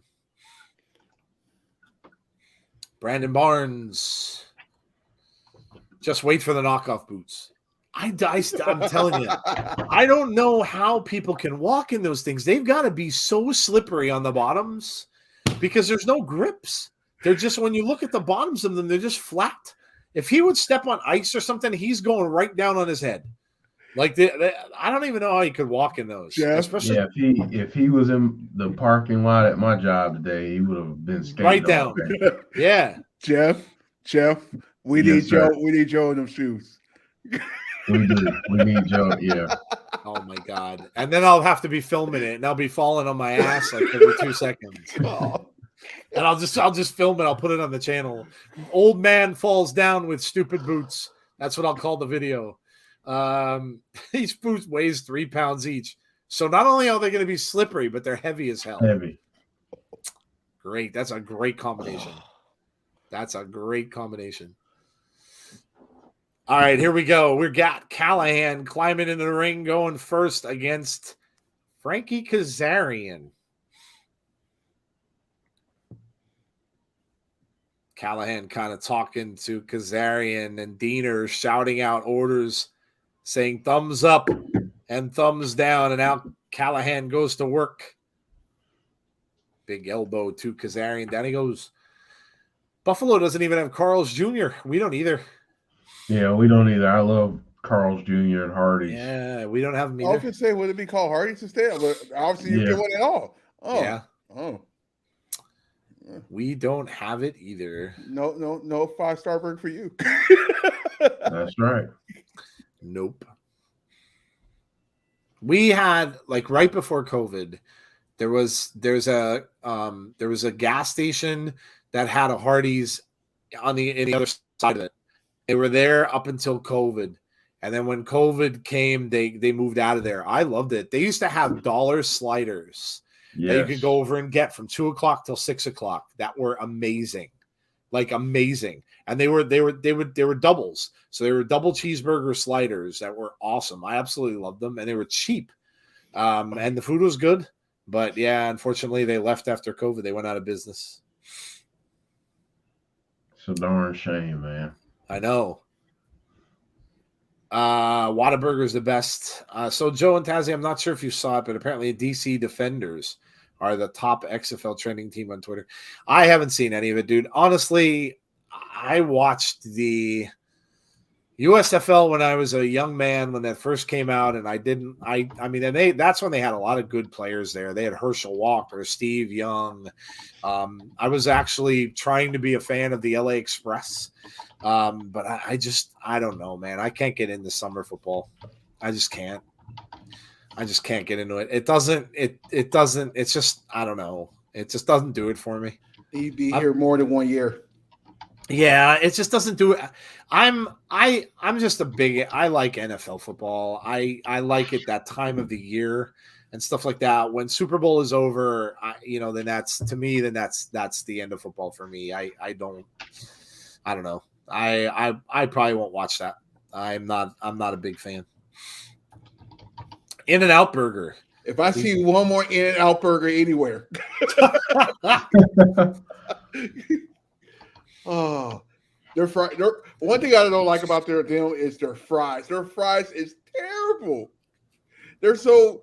You know how you have fries and also you put it in the microwave and you don't eat it until like another 3 hours. Yeah, that's how it tastes. This stream is sponsored and directed by Vince McMahon. What the red? You're fired. You better be glad my soundboard is not working. Yeah, he would have given you the business. I knew something was wrong right now. You would have got the business on that one. Oh man, this is good shit.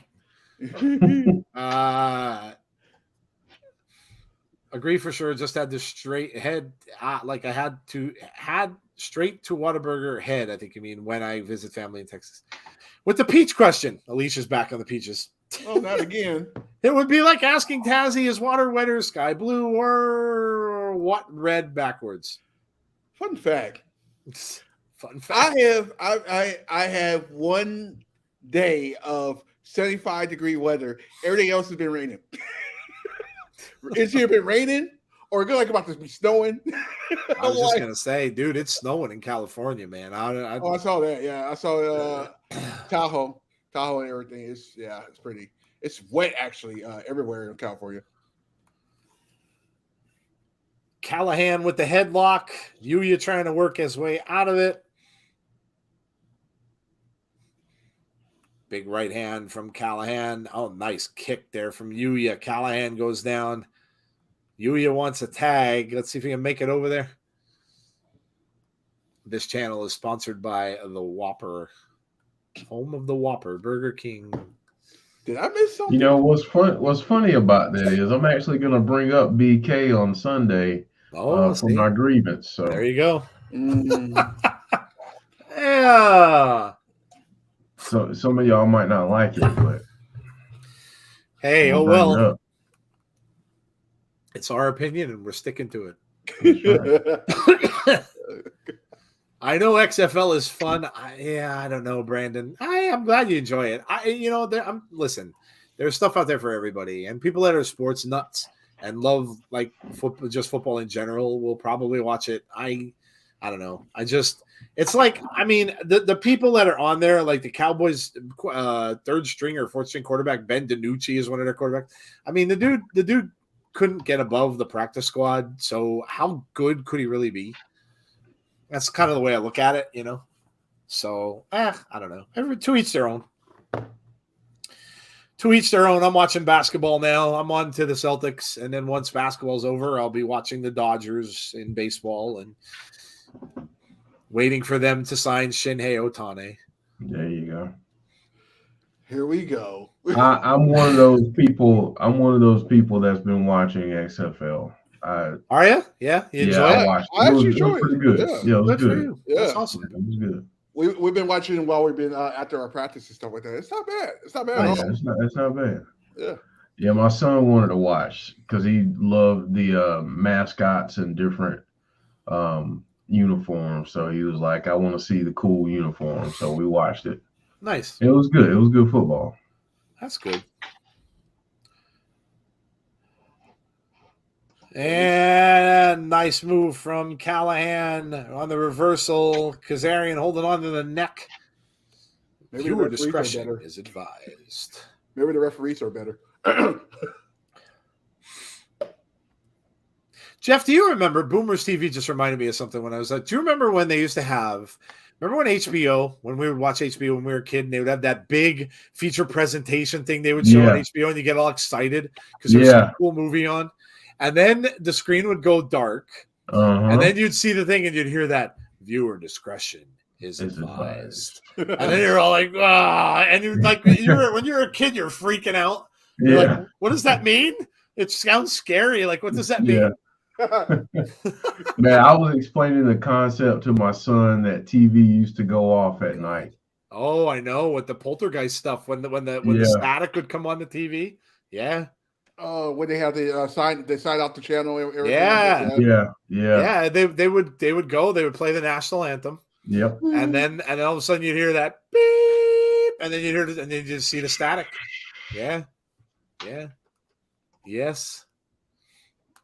Arby's has awesome fries. You were talking about curly fries? Yeah, I love Arby's curly fries. They're really good. I heard that. Their crinkle fries are pretty good too. Yeah, they are. Kazarian gets the tag, and here he comes. Shoulder block to Callihan. Big DDT. Now, nice kick here. A clothesline from Diener. Yuya's in there now with Diener. A move by Yuya, and here comes Callihan. Right hand to Yuya. And he tosses Yuya out onto the floor. Callihan in there all by himself. And there is Kazarian up behind him. Callihan throws him to the mat. Power bomb from Callihan. Pop-up power bomb. Home box office, yes. That's what it was called then. Yes. Yep. So much talent in the ring right now. Agreed. Well, of course, Conrad would say that. You're not biased or anything, are you? Your buddy Diener's in there. Hey, we'll give that to him because Diener deserves it. He does. Diener's been awesome. Man, he's been great. Agreed. Hey, have you guys been catching up on The Last of Us? Yes. Oh my God, that's so good. Yeah, it's so good, dude. Such a good show. We got some trouble. Oh, look out. No. Look out, Diener. Oh, Callihan taps out. That's not going to go over well. I don't believe it. He tapped. That's not going to go over well at all. Let's completely break Sammy of his personality. This isn't going to go over well with the design. Somebody save Tammy. Somebody save him. Save him. And there he is. Callihan goes back over to Diener. Mickey James.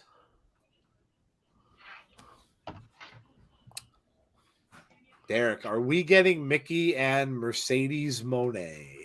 Dum. Oh my God, dude. It would be awesome. Would be awesome. The designer's trying to teach Sammy a lesson. I like how they're leaning into that she tapped out thing. Yes. Wonder when this is going to be. Guessing Slammiversary with this? Slammiversary with this one, maybe, Slammiversary with that one, and maybe Rebellion. Maybe look for something with Rebellion too.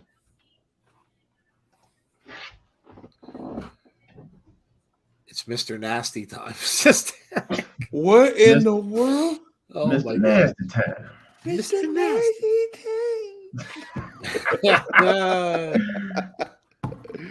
time. Aaron Johnson says Five Guys is very good. Yeah, Five Guys gives you so many French fries that you can't. I mean, it's very, very hard to eat them. There's so many in that bag. Yeah, just order the small. Yeah. Don't even bother. You get a large, and they're gonna give you like a potato sack filled with French fries. Yeah. Kyrie versus Mickey would be awesome. I just want someone on the show to sing it. Whopper, Whopper, Whopper. Yes, the BK. Have it your way. Have it your way. There you go. There you go.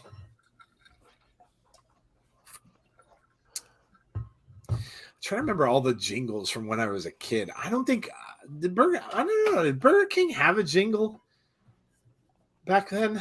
I can't remember. Trying to think. We got the design backstage. Uh-oh. He said, please explain how that was step number 5. To show you that this is not a contract.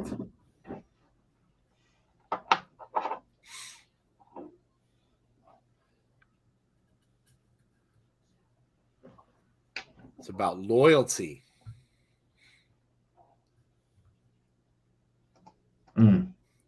You will remain loyal to the design.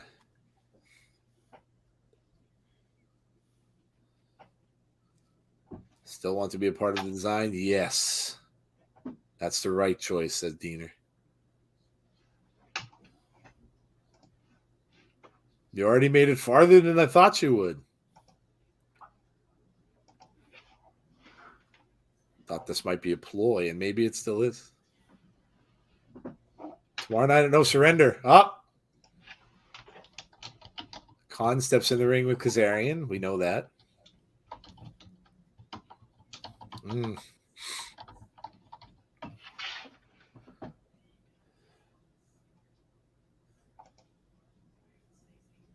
The design chooses you. Uh-oh, we might see something with that match.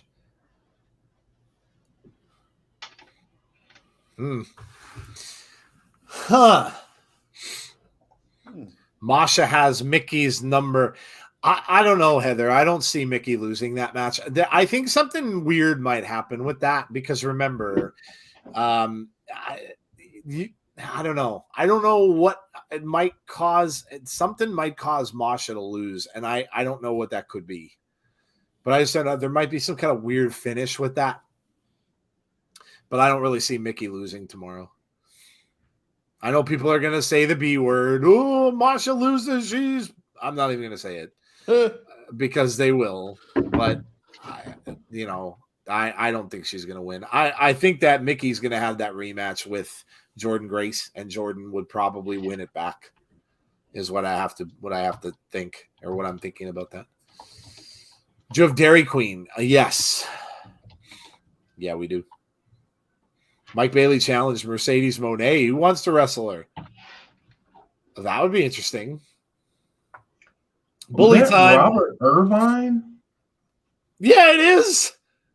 That's the guy from the Food Channel that they fired a couple of years ago. Wow. He makes energy bars now. They're actually really good, by the way. They are good. They're the best. They are literally the best. Someone turned me on to them, and they really taste the best. They taste like candy bars. They're really good. They're good. The heck is Robert? Oh yeah, he's married to Gail Kim. What am I talking about? Yes. You still see him on Food Channel in the morning when you put it on. He does that restaurant rescue or something like that. I think is the name of the show. Yeah.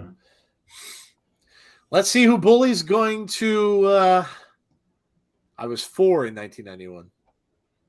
My God, I was in college in 1991. Googer, gee, Jeff, look who it is. It's Googer. What a surprise!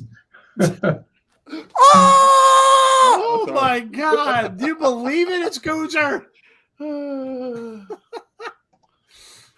The old saying, "Where's the beef?" Oh my God, that was so annoying. Yeah, they'd have to hire somebody else to do it. Some new old lady to come in and do. Where's the beef? Come on, Bhupinder, let's go. I think it's gonna be a tough night at the office for him, but yeah. Yeah, Bhupinder might have a little difficulty with Bully Ray here. He has 1 minute and 15 seconds to do it. Well, this is going to be a fast match. Well, oh boy, there's he's going to end it with a chain. Ding. And the goons were beating up Googer. And look at distracting the referee. Chain takes care of Googer, and it's over. 1, 2, 3. Jeez. Well, damn. Not one bead of sweat did Bully Ray have on his head from this one. Not one. Sammy's going to take down the design. Not sure why he was pointing at Bully, though. A message from Gail, LOL. Jeff, is there something you need to tell everyone? Says James. I said it in chat. I love you all. That's what I have to tell you. What if Mercedes shows up tomorrow? Jeff. Well, and guess who said that? John Kessler.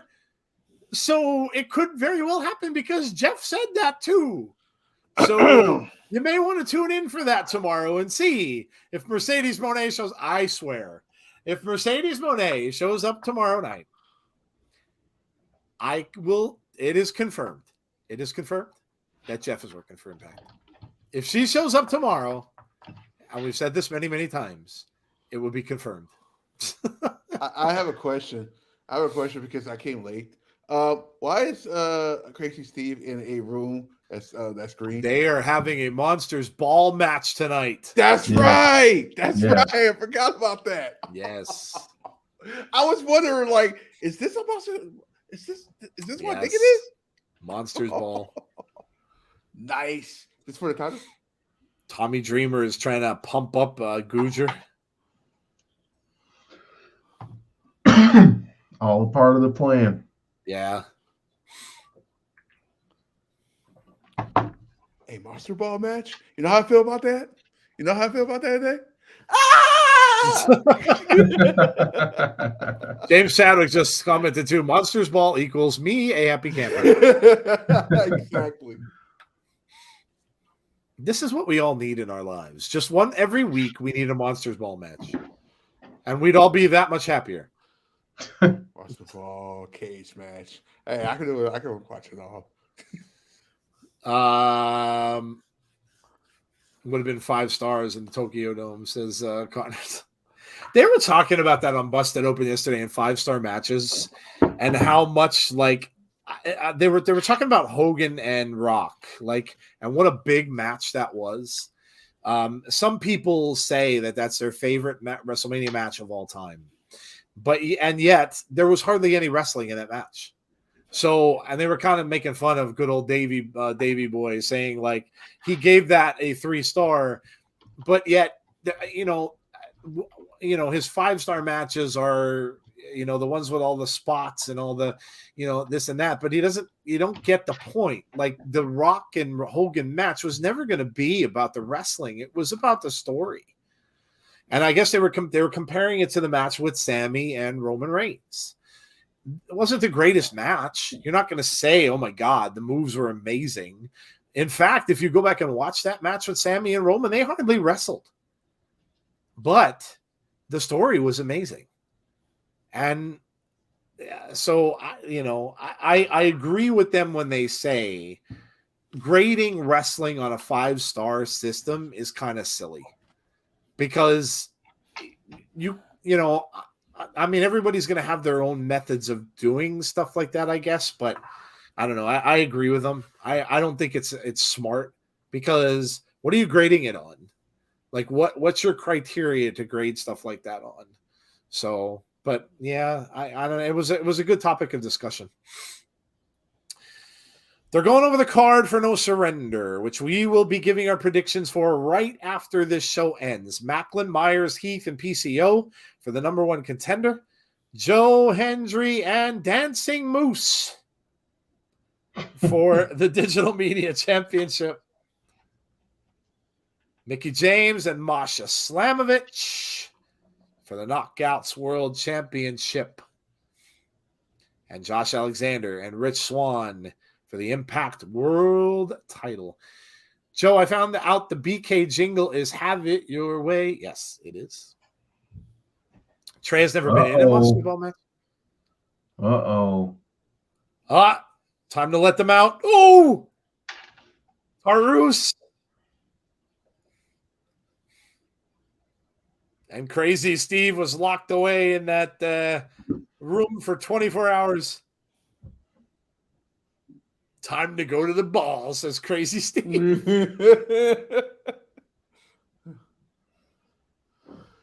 Why do people take his ratings as gospel? Yeah, boy. Oh, I see barbed wire. Oh boy, Somebody's going through that. I see a barbed wire table, which James Chadwick is loving, by the way. Deanna says, "I love these matches." Yeah, it's been a while since we saw one of these crazy matches. There will be blood. There was blood last night. There will be blood. Has Meltzer ever given TNA Impact match 5 stars? I couldn't tell you. You know, I don't really pay attention to his stuff, his scores either. I don't know. I think it's silly. I know you're going to disagree with this, and that's fine, but I have a little bit of an airing of grievance about Dreamers and Bully Ray's matches. I get why Impact is doing it. In general, I don't like matches that last under a minute because they remind me of what the women's matches in WWE. Mark, with that, it's kind of like what I'm talking about like with the Meltzer stuff. What they just did there has nothing to do with wrestling. And it has all to do with story. All to do with storyline. That's all it is. And the stuff that happened with Dreamer and Bhupinder, like Jeff was talking about, that's all about story. So the matches are meaningless. They meant absolutely nothing. It's all about story. So speaking of Meltzer, can he not be hanging around with my president of the baseball team?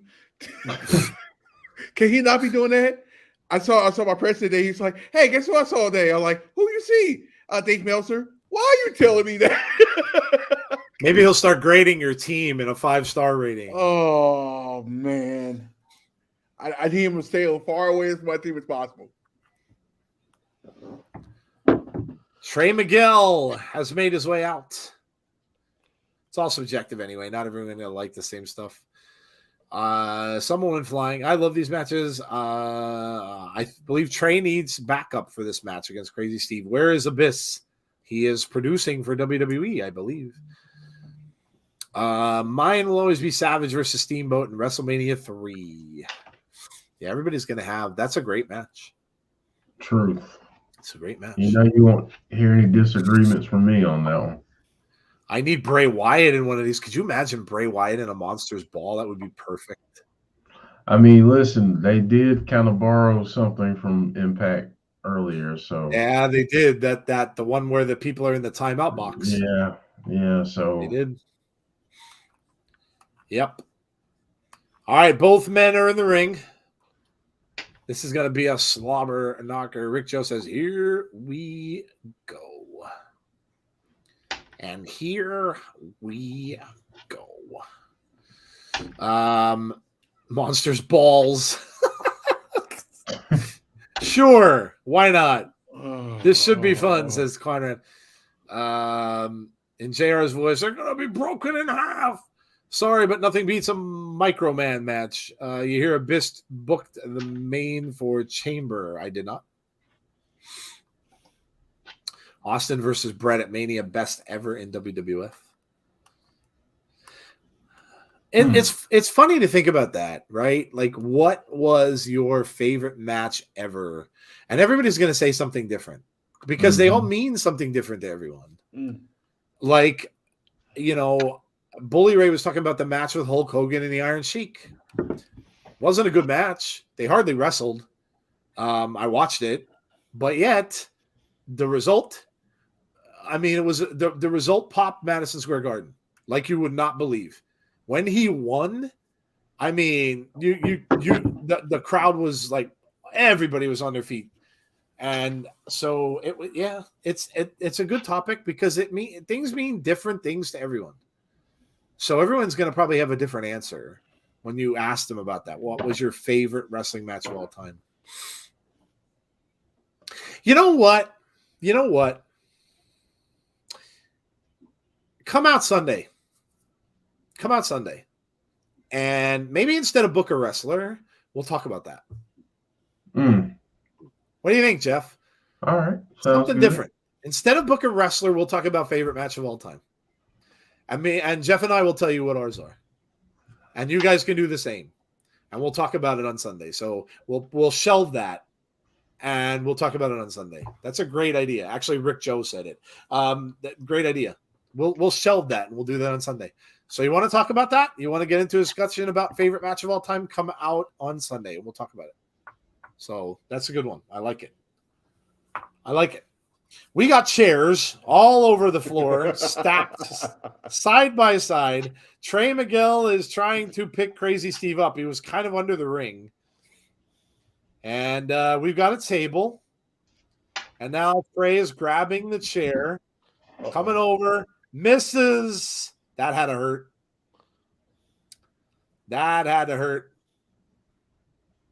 Crazy up and over. And oh.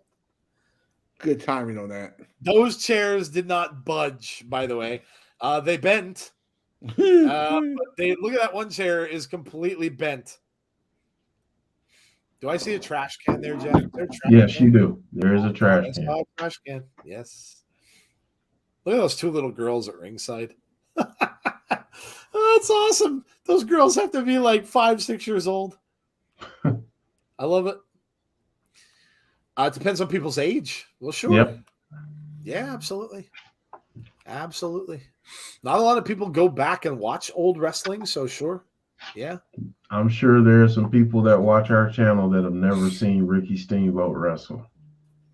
Yeah. You know? I mean, I'll tell you. I'm trying to think. Who did Jake the Snake wrestle when he was with Alice Cooper at Mania, Jeff? Oh, gosh. Hold on. Yeah, I'm trying to remember too.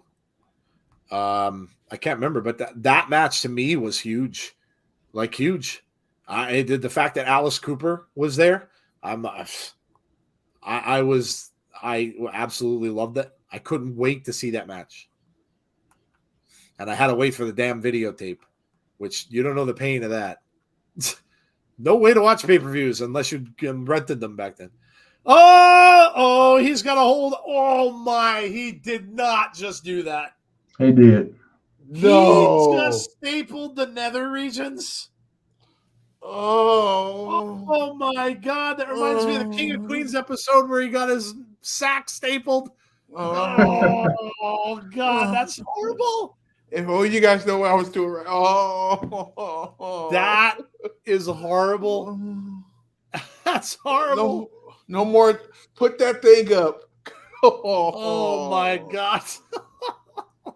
Oh, Crazy Steve is hysterical, by the way. oh. Wow. Rick Rude. Was he? Joe, was it Honky Tonk Man? Honky Tonk Man. Yes. Thank you. It was. And I hated Honky Tonk Man. Hated him. So that match was like, I couldn't wait for that match. I loved Jake so much. And when he won that match, I was thrilled. And Alice got involved because he had Damien with him. Oh, it was so 1, 2, nope, kick out. Crazy Steve is busted wide open. Trey Miguel has a staple where there shouldn't really be one. Oh no. I would have tapped out right there.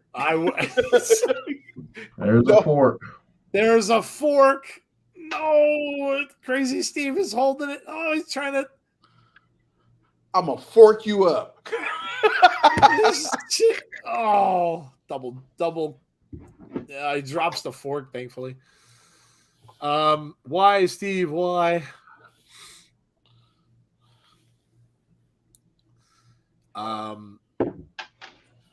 Danny Aaron says, I'm new here, guys. Did you see Bray challenge Brock or Lashley and MVP and challenge Brock? It's going to be a swerve. Yeah, Danny, I'm not sure. I don't know what's going to happen. Watch SmackDown tomorrow. Yeah, I'm sure. Of course, Trey, you jerk. Jeff's favorite thing ever. The proverbial thumbtacks. Yes. I mean, you saw it coming. Yeah. Yes. You already had a staple gun to the wrong place. I remember when WCW was on Saturday nights at 6 to 8. That's where I saw the first time Ricky Steamboat wrestled. Heather says, sorry, Jeff. Who's going in the tax? Well, we got them. No. I think Crazy Steve. Trey just got some in his hands. Oh, what a kick from Trey. Crazy Steve is rocked. Ooh. Tax in the hands of Trey Miguel. And Trey goes into the tacks. Trey just went into the pile of tacks. Cover 2, no. Crazy Steve pulled him back up. He might have had him, and he pulled him back up. Oh. Smashing the trash can down on his back. Hey, Wes, how are you? He's a pincushion. Trey Miguel's got tacks everywhere. Heather said, that hurt me. He got stapled. He got pincushion. Oh. Trey Miguel gets whipped over, and look at all those tacks shining in Trey Miguel's back and backside.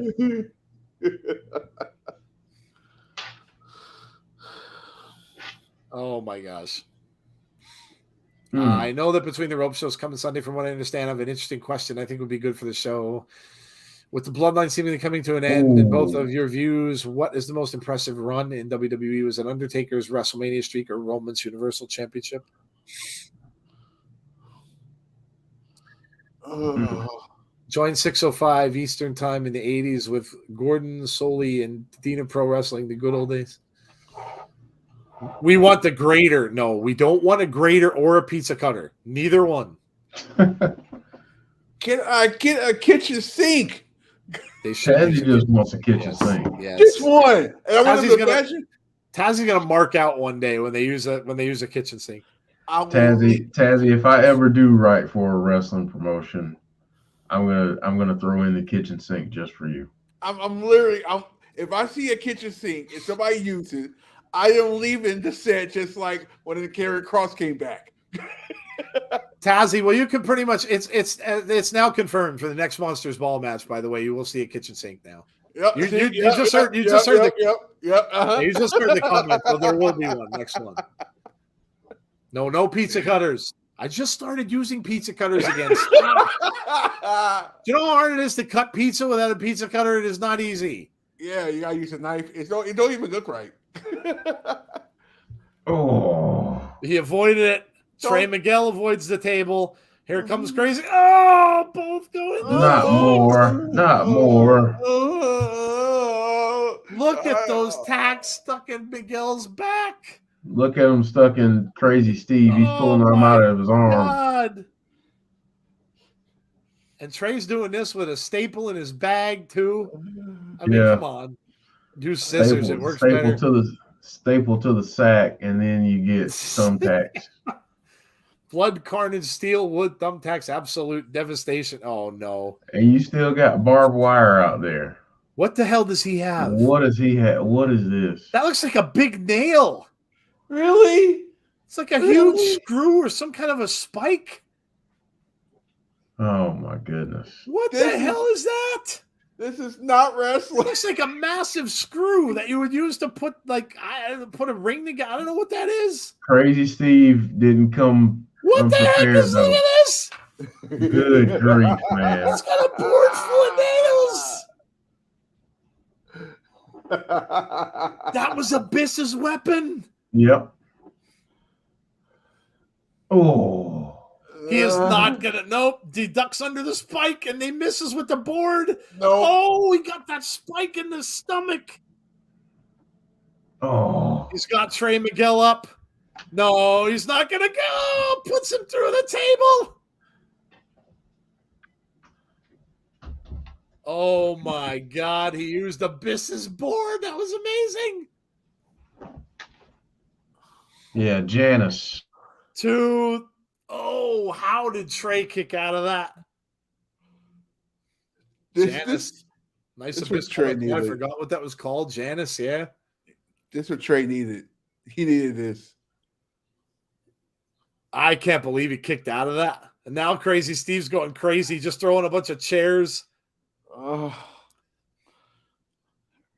Well, whatever happens next, it's going to probably happen to Crazy Steve. So Steve might be going through a pile of chairs.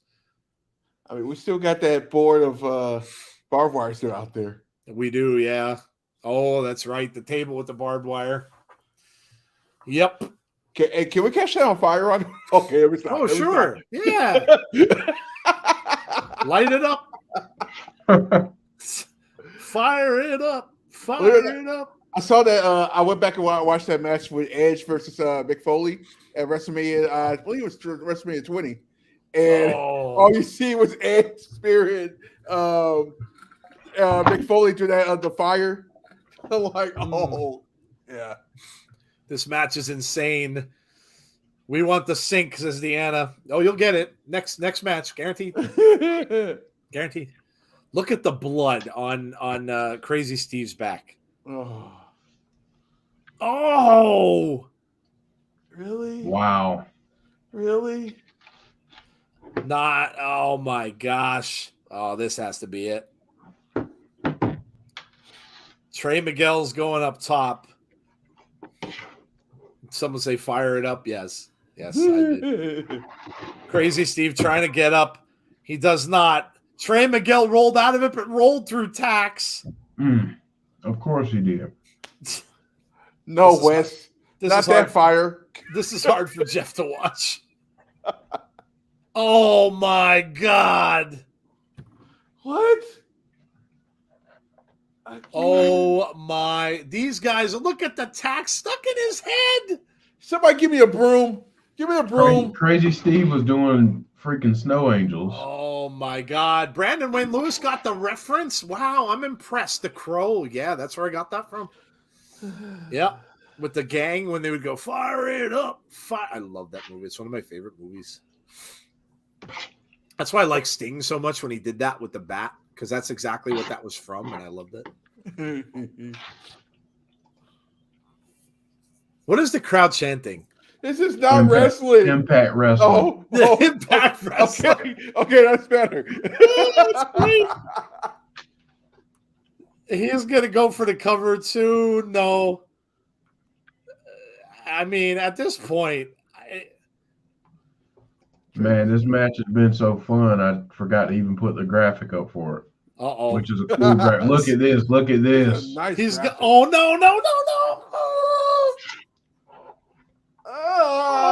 my God. Oh my God. He just drove those nails into his head. That was great, but James Chadwick says, I'm in heaven. Oh my God. That's a Gladys Knight song, right? What's that? Yeah. Is that Gladys Knight song? Yes. Oh no. Here we go. Oh dear Lord. What is he about to do? Blow to Crazy Oh Steve. wow. Oh wow. They are Don't not. do it. Wait, just wait till you see this. Oh.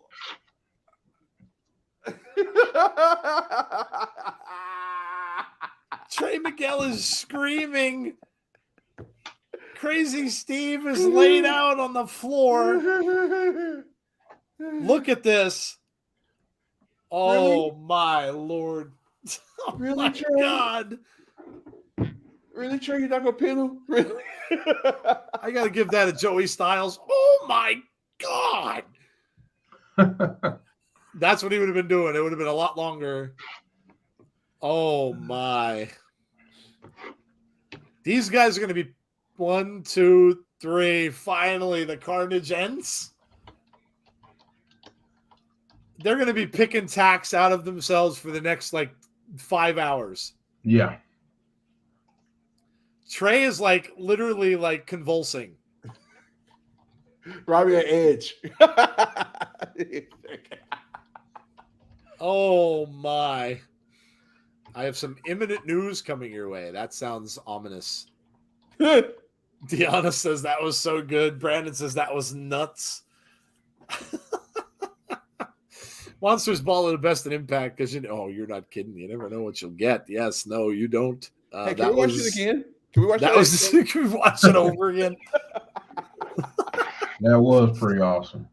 Insiders Pro Wrestling, don't blame you because that was brutal. Imagine if that barbed wire board was set on fire. Yeah, I know. Tazzy was saying that. Set the board on fire. Yeah, let's do that. Let's char some flesh. Yes. I love it. Let's do it.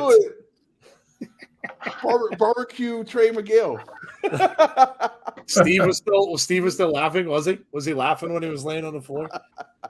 Oh my God, those poor guys. Listen, don't ever say that wrestlers don't like put their bodies on the line for people to be entertained, because that kind of stuff is just, Jeff will tell you that there's a reason why he hates thumbtacks. They'll be back there for hours getting those picked out of their bodies. And you think that's fun. Try stepping on a thumbtack once and see how much that feels. One thumbtack. One. Imagine that times 100 in your body, in places of your body where they should not be. It's not pleasant. No, I can't even imagine. I can't even imagine. These people really go out of their way to entertain folks. And it's crazy. It's really, really crazy. With the things that they do. And that's why I said, like, it's people can get mad and angry and all that kind of stuff, but you know what? These guys are every night going out there and doing their best to just make you happy for a little bit of time in your life. And it's tremendous. The things that they do is absolutely tremendous. And that's why and Impact, they're not afraid to take chances with this stuff. And I love it. I really, really love it. This is Impact Wrestling, yes. And I whine like a girl when my cat scratches me. I said, imagine. Just imagine getting all of those tacks in your body and then having to pick them all out. Oh my God. Yeah, I don't even want. And then the barbed wire gets caught in their skin. They have to pull them. I don't even want to think about it. I don't even want to think about it. It's two of us. Yeah, I don't even want to think about it. Jeff, I don't know how you did it. I really don't. That'd be enough for me to make anyone quit. I don't know how you did it. I can tell you how, but we might have some youngsters on the stream. Yeah. So the staple gun in the wrong place. That's even worse. Oh my God. On that King of Queens episode, Doug Heffernan actually, he was playing shoot a staple into a can, and he did it, and it fired back and went into that area. That whole episode was about him having to put up with that in there for like a certain amount of time because he couldn't get to the hospital because he had to meet his wife for a real estate signing. And it's really funny because they're sitting at the desk. Yeah, he's sitting at the desk and he's suffering, right? Like you could just see like the sweat's pouring off of him and he's suffering in the chair. And you just see her. She's like, okay, I'm going to get your mortgage papers ready. And what does she pull out? A stapler. And she's stapling the pages. And every time she does, he's like, he just can't stand it. Like, I can't even. I can't even imagine how that would be, how painful that would be. Jeff, you're crazy. I'm just being honest, though. Oh my God, I just don't. I don't know how you do it or how anyone did it. I mean, hats off to these people because that's why, man. Criticizing is just. I'm never going to sit up here and I'm never going to criticize a wrestler. I may not like certain types of wrestling or certain types of what they do, but I'm never going to sit up here and say that they're not putting their bodies on the line. I'm never going to do that because the things that they do to entertain people, and this is all the way from the top companies to the indies.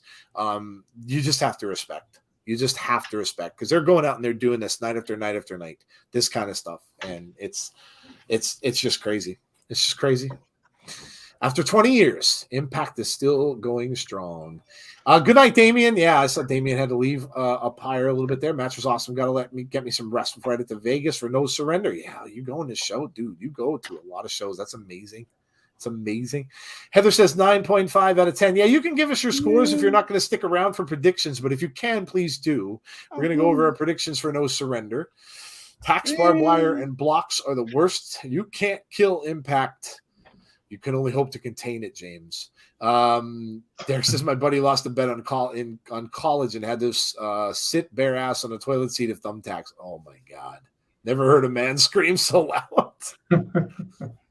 10 out of 10 good shows, said Brandon. Match is amazing and savage at the same time.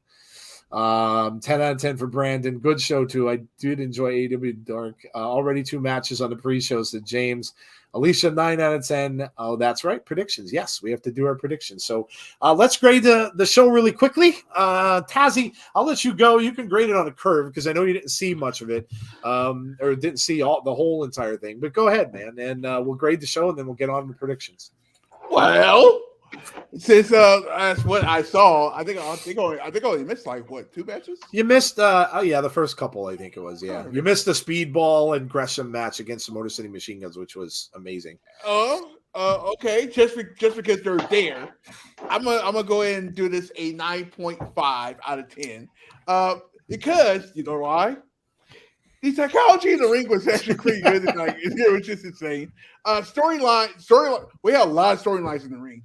The Bully Ray and then Tommy Dreamer is insane. So it's like I'm gonna give it that. I'm gonna do this really fast, just because it's quite frankly we got predictions. So 9.5 out of 10. Bunker says 9.2. Aaron says 10 out of 10. Jeff, I just saw your private chat. That's hilarious.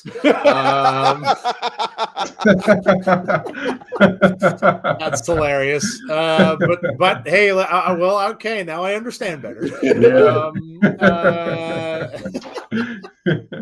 Tazzy needs his own TV shirt. The psychology of the ring, he does. Yeah, he does. We should get that up in the shop. Yeah. That's a good one. You could have like a book there, or like a psychology, a psychology book down below. Yeah, that'd be awesome. No surrender predictions. Yes, we're gonna do that. RK Shuttlesworth says 9. Jeff, what did you think of the go home show, man? They continue to do great stuff, man. They really are. They really are. They've been killing it. Yep.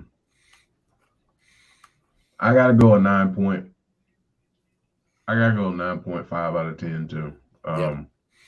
I feel like they keep killing it, and I'm loving what they're doing. You're starting to see some newer faces. Mm-hmm. Like you saw Jack Price and Kevin Knight on BTI. Give a push to Bhupinder, just saying. Yeah. And obviously, the tag match we got with the Machine Guns and Gresham and Speedball was match, tremendous. So that match went like 20 minutes, I think, too. It was a good match. They gave it some room to breathe. So great stuff. Do you know what I love about Impact Wrestling is, well, what don't I? But what I love about Impact Wrestling is their go home shows can take us a backseat to no one. Their go home shows are amazing. All of them are. It's consistent. They're good every single time. The other thing is, you want to know what they didn't do a lot of tonight? Promos. Hardly any. You had that little thing with Josh and Rich. A couple other little ones with the one with the design. Little short promos. Nothing big. And they usually, a lot of times, they'll take a show and they'll do a lot of promos to further storylines. They didn't do much of that at all. And I don't think they needed to. The storylines are writing themselves. This stuff with Trey, Miguel, and Crazy Steve is probably still going to continue. The design stuff is a great storyline with Sammy. The Josh and Rich thing now has an added little flair to it because they got into it a little bit. This stuff is Impact been, like Jeff said, they've been killing it. This year so far, I haven't seen a bad show. I have not seen a bad show. I can even say I don't think I've seen a show that was an 8 they have been on fire, and it's only going to get better. Look at what's coming. That pay-per-view tomorrow that we're going to go over the card for next is amazing. Then they have the thing coming up with New Japan. They are killing it. Absolutely killing it. This is what I'm telling you. Get people into this show. If you know wrestling fans out there, get them to watch. If they are involved and their heads in the clouds with all this drama, with some of this other stuff going on, and you just see that they've got just too much, like their heads is swirling around because there's drama. Somebody saying that their company sucks and this and that. Just tell them to watch Impact. Tell them to come out and watch Impact. And it's so good. 9.5 for me. I absolutely loved it. I thought it was a great show. The ending was amazing. That little promo we got from Joe Hendry, of course, I absolutely loved. They have been absolutely on fire this year. No question. They've been on fire. Absolutely on fire. RK Shuttlesworth says 9. Barry Monkey says 9 out of 10. The bully and dreamer parts, yeah, it furthered the story. That didn't bother me. It was part of the story. 10 out of 10. Impact has the best storylines, says Shabazz. James Chadwick, Impact loves a good swerve. Totally agree. 10 out of 10. John Kessler. What other company promotes murder? Yeah, true. Or stapling people in the nuts. Zeke Lane says 9.5. Impact Wrestling has to capitalize on this momentum. Yes. Yeah, I think they will. All right.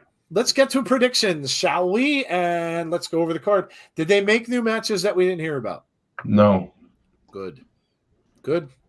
I'm shocked. They won't. I am too. We shouldn't say that because there'll be something in like 10 minutes. We'll be talking and somebody will pop up in the chat and say, there's a new match. And we'll be like, yeah, of course there is. All right, so there it is. No surrender tomorrow. Again, remember, we're going to start early, so make sure you're out. 7:30 p.m. Eastern Standard Time, we're going to start tomorrow because we want to see that Gresham and Speedball match. And who is it? Deanna and Giselle, also on pre-show. So we want to come out and make sure that we get started. So an early start tomorrow. So 7:30 p.m. Eastern Time, we'll be starting the watch-along. We are going to, for those of you who have been asking, listen, I know a lot of you are Bray fans that watch our show, and we appreciate it. But tomorrow we are entirely focused on No Surrender because this is going to be a great show. You guys can share things with us, of course. We'll go back and watch SmackDown after it's over. But we will be entirely focused on this pay-per-view tomorrow night. So. Is it on Impact Plus? Pay-per-view only? No, Kenny. You can watch it on their YouTube channel. Pay the $4.99. That gets you the weekly show every week, and it also gets you this pay-per-view as well. Okay, Jeff, what do we got up first for No Surrender? What are we gonna talk about first? RK Shuttleworth just said, "Go check Twitter." Oh, no. Stop playing. Oh, what did they do? Let's find out. What did they do? What did Impact put up? There's a new match, isn't there? There's a new match, isn't there? What is it? I'm on their site right now. Don't say anything. So no, I don't either. I'm just seeing the stuff from Trey. So okay, we're okay. Deonna Purrazzo and Giselle Shaw. Again, this is on the pre-show. We saw this grudge has been going on between these two. Giselle can't seem to find anybody who wants to be friends with her. And she makes it tough for people to be. And Deonna Purrazzo, it's just another day of taking care of business. But Giselle Shaw, you just got to watch out for Mr. Vidal as well, who will be outside the ring. So Giselle Shaw and Deonna, let's start with Jeff. Jeff, what do you got? I think I have Deonna, but don't be surprised if Deonna ends up teaming up with Giselle in some way. He did say that before the match started. Oh, and by the way, take notes. Whenever Jeff talks, Jeff is like EF. Jeff is the EF Hutton of Impact Wrestling. When he talks, people listen. You can go look that up. That's a very old commercial. But yes, take notes and write down how many times Jeff was correct. By the way, so yes, just let you all know that. So there you go. I'm going to go with Deonna here, overcoming Giselle Shaw and maybe some interference by Mr. Vidal, but I'm going to go with Deonna Purrazzo. Tazzy, who do you got in this? France. How many of us have them? Obviously not Giselle Shaw. Anyway. No, Giselle definitely does not. I will go with Deonna. I'll go with Deonna. I just have a feeling. I mean, you cannot. That's one thing you don't do is you don't go against any former knockout champion because you don't know. So I will go Deonna. Okay. Little Silver agrees with Deonna. Let's see. The Allison K and Taya match was great too. Yeah, absolutely was. Deonna wins. I think Giselle wins, says James Chadwick. Agrees with Jeff. Barry Monkey is talking about. I think we got everybody on this one, did we? Yeah. My balls hurt. Someone said too. James Chadwick. You're probably not alone. I'm sure Trey's do too. Yeah. All right, so there you go. You guys play along, pick who you think is going to win if you didn't already. But there you go. So 2 of us have Deanna and Jeff has Giselle Shaw. So Jeff will probably be right. Tazzy will be wrong. All right, let's continue on. What's next? Speedball Mike Bailey going up against Jonathan Gresham. This is gonna be this could very well be, and this is on the pre-show, like Jeff said. This could be the match of the night. Could very well be. This is going to be incredible. The only thing I hope with this one is I hope they give them enough time because they can put on a match. These 2 guys, could you imagine these 2 guys in an Iron Man match? Oh, man. In a 60-minute Iron Man match? Man. This is a hard one to pick, too, because I know Mike Bailey had an amazing run last year and had a tremendous year. But how do they want to start off with this? Now, Gresham's just been in for a little bit. He did sign a contract recently. Wow, man. That said, you know what? I'm going with Gresham here. I'm going with Gresham. I think it's just a little bit more important that he gets a victory in this match. And not to say Mike Bailey's going to, downfall or anything like that, but I don't know. People were talking about maybe Mike Bailey with a little bit of a heel turn. Yeah, I don't know. But either way, I'm going to go with Gresham here. I don't know. I just think that Gresham is going to get a bit of a push, and I think Gresham wins this. So, Jeff, we'll go to you. Who do you got? I'm going to go with Gresham as well. As much as I love Speedball, yeah. I think Jonathan Gresham. They're going to do some things with them. So, yeah, I got Jonathan Gresham. Okay, and Tazzy, what you got? I cannot go against Gresham right now because like the way they're pushing him. Yes, I can see them definitely pushing him to the moon. And maybe him later on in the year. I'm saying this out loud. Maybe he be the next challenger for the Impact Championship. So I'm going Gresham. Good night, Alicia. No balls were heard in this chat. Right off the bed, it's 3:13 a.m. Speak to you all soon. Take care, everybody, and press the like button. Yes, do that. Ding. Ding. Matazi is making odd faces. Did you sneak over to ASU? No, I'm not allowed over there. Tazi's kicked out. He can't go back ever. Time limit draw, says James Chapman. Listen to that one. Brandon's going with Gresham. Coog's going with Gresham. Looks like a lot of people are picking Gresham here. I agree, too, with Gresham. See him in a future world title picture, says Little Silver. Deanna wins, guys, but what if Tasha Steeles returns tomorrow, but have a vignette tease a new character for Tasha? Richardson Manny says. Could this match spill over into the main show, says Barry Monkey. Mike Bailey says bonkers. Gresham for the win, says Aaron. And Rick Joe saying Gresham as well. All right. So there you go. What do we got next? Up next, we've got the 4-way #1 contender match. We've got Steve Macklin going up against Brian Myers against Heath and PCO, who looks really cool. He does. Yeah, he really does with that black makeup around his eyes. I think that this is probably, in my opinion, the easiest one to pick because of what we saw a little bit tonight. And I think about what we think or where we think that they're going. So, Tazzy, start with you. Who do you have in the 4-way? Macklin. You can't, there's nobody else in that whole crew. Not saying they're not good, but the storyline has been since even last year, Macklin pushing himself to the edge to get to that title picture. So Steve Macklin. Yeah, I agree. I love Brian Myers, love Heath. PCO would be amazing to see, and I'm sure he's going to do some amazing stuff in this match. But yeah, there's nobody else in here that I could see, and obviously we're getting that buildup where Macklin is. And once again, I'll give kudos where they're due. Jeff had said that he had felt that Macklin might be the one to take that title off of Josh Alexander. And they are certainly building him up, and it looks as if that's what's going to happen. Macklin is going to get his shot. So yes, I'm going with Macklin, and it looks like the chat is for the most part too. Macklin, James Chadwick says Macklin. Heather says Macklin. Brandon also. Rick Joe says Macklin. Bonkers. Conrad, Macklin is the guy.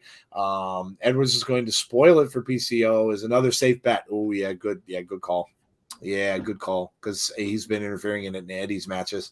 Match of the night contender, Gresham, but my heart says Speedball. Macklin for sure, Aaron, PCO. Jeff, who do you got? As the saying goes, if not now, when? Right. So Macklin. Yeah. If not now, when? Do you set him up for something at Slammiversary? Do you set him up for something at Bound for Glory? Who knows? They could drag this out for a while, keep putting hurdles and roadblocks in his way so he can get more angry. But yeah, I've got Macklin winning this. Yeah, I agree. Macklin, but Joe, what if Eddie attacks PCO and then someone mystery as a fourth opponent? You mean takes him out before the match starts? They could. Gresham versus Alexander. Oh my God, Gresham versus Josh would be fantastic. Yes. Would be fantastic. Yeah, absolutely. Okay, what do we got next? Death Dolls against Hex. The Hex. Something weird is going to happen with this match. I don't know what. There's something up with Rosemary. I don't like it. I don't know. Something weird, though, I think is going to happen with this match. I've been saying that the Death Dolls are going to drop those titles for a little bit now. I thought they might lose the last time they had them up on the line. My thing with this is how long is Hex going to stay around? Are they going to stay around long enough to hold the titles for a little while? I don't even really know if they're signed. I don't know if they're still with NWA primarily, and this is just kind of a one-off, which it could be. So hard for me to make a decision with this because does Father James Mitchell get involved? We saw him talking to Rosemary. So does Rosemary turn on the Death Dolls? Yeah, I think it could happen. So not to say she would join Hex or anything like that, but Father James could be getting into her head. Man, this is a hard one to pick. So you know what? I'm going to come back to me because I don't know. So I'm going to go to Jeff. There you go. What you can see here is that the Hex is outnumbered. Yes. Remember what Father James Mitchell said, that Rosemary has upset her father. Yes. What could her father do, or who could he bring in to punish Rosemary? Just saying, it could happen. Oh boy. So just be on the lookout for someone to come in and be a third member for the Hex, possibly. Boy. We were expecting that person on Friday the 13th, and we didn't get it. Yep.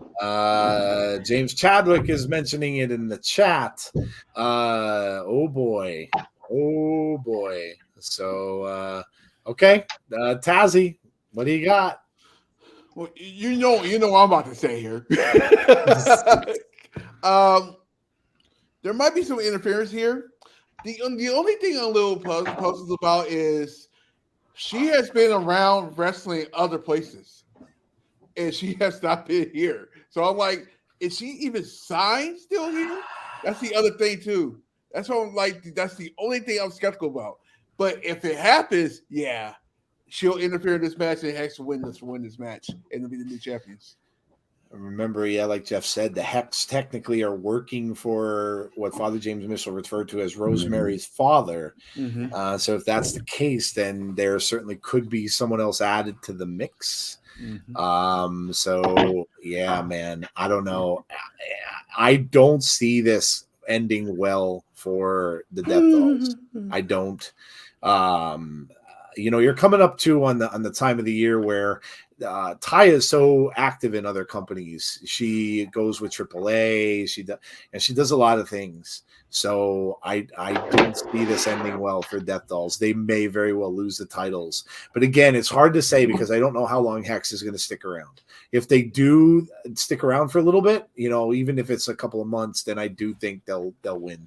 If they don't, then they may win the match, but maybe there's something else that happens, like Jeff was saying, where they would not lose the titles.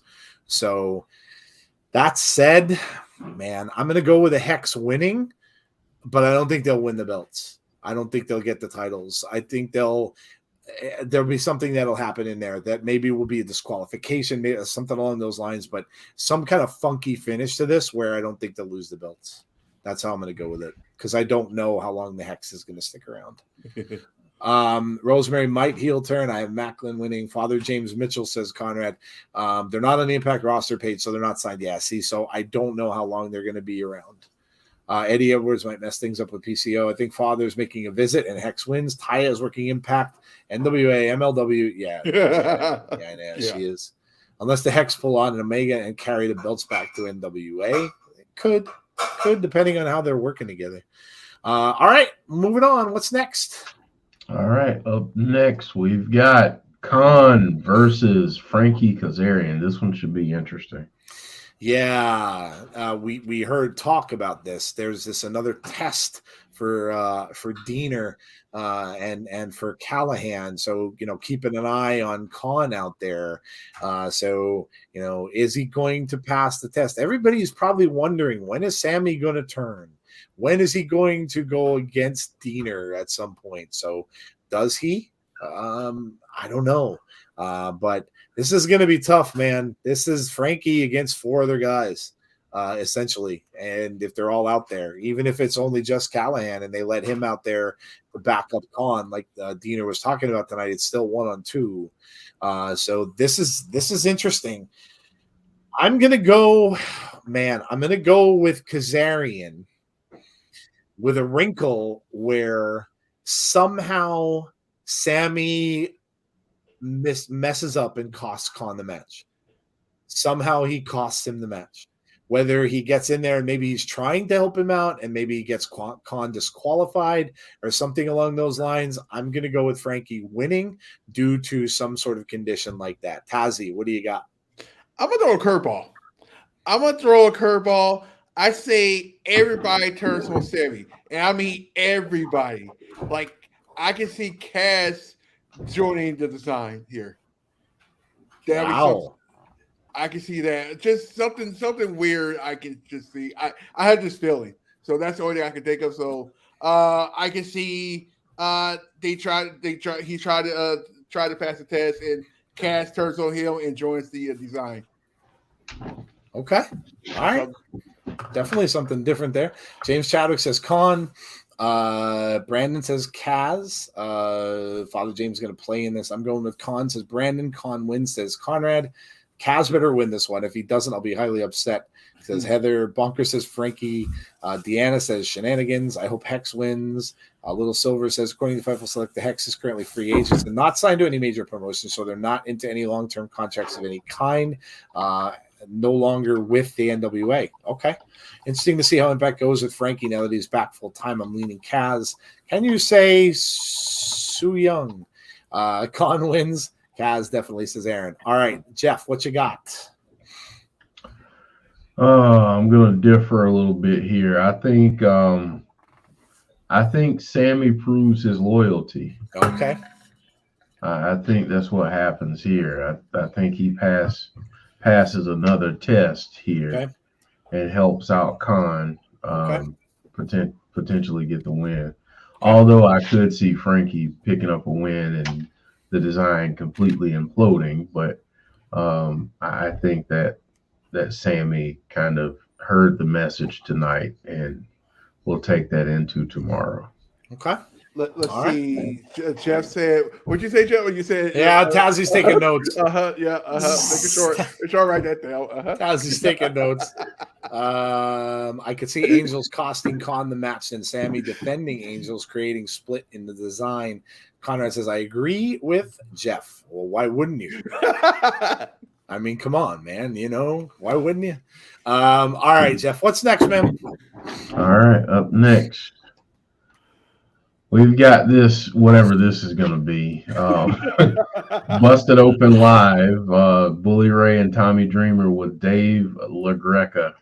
Oh, my God. Dave LaGreca better run and hide on this because how is he going to keep these two guys from beating the crap out of one another?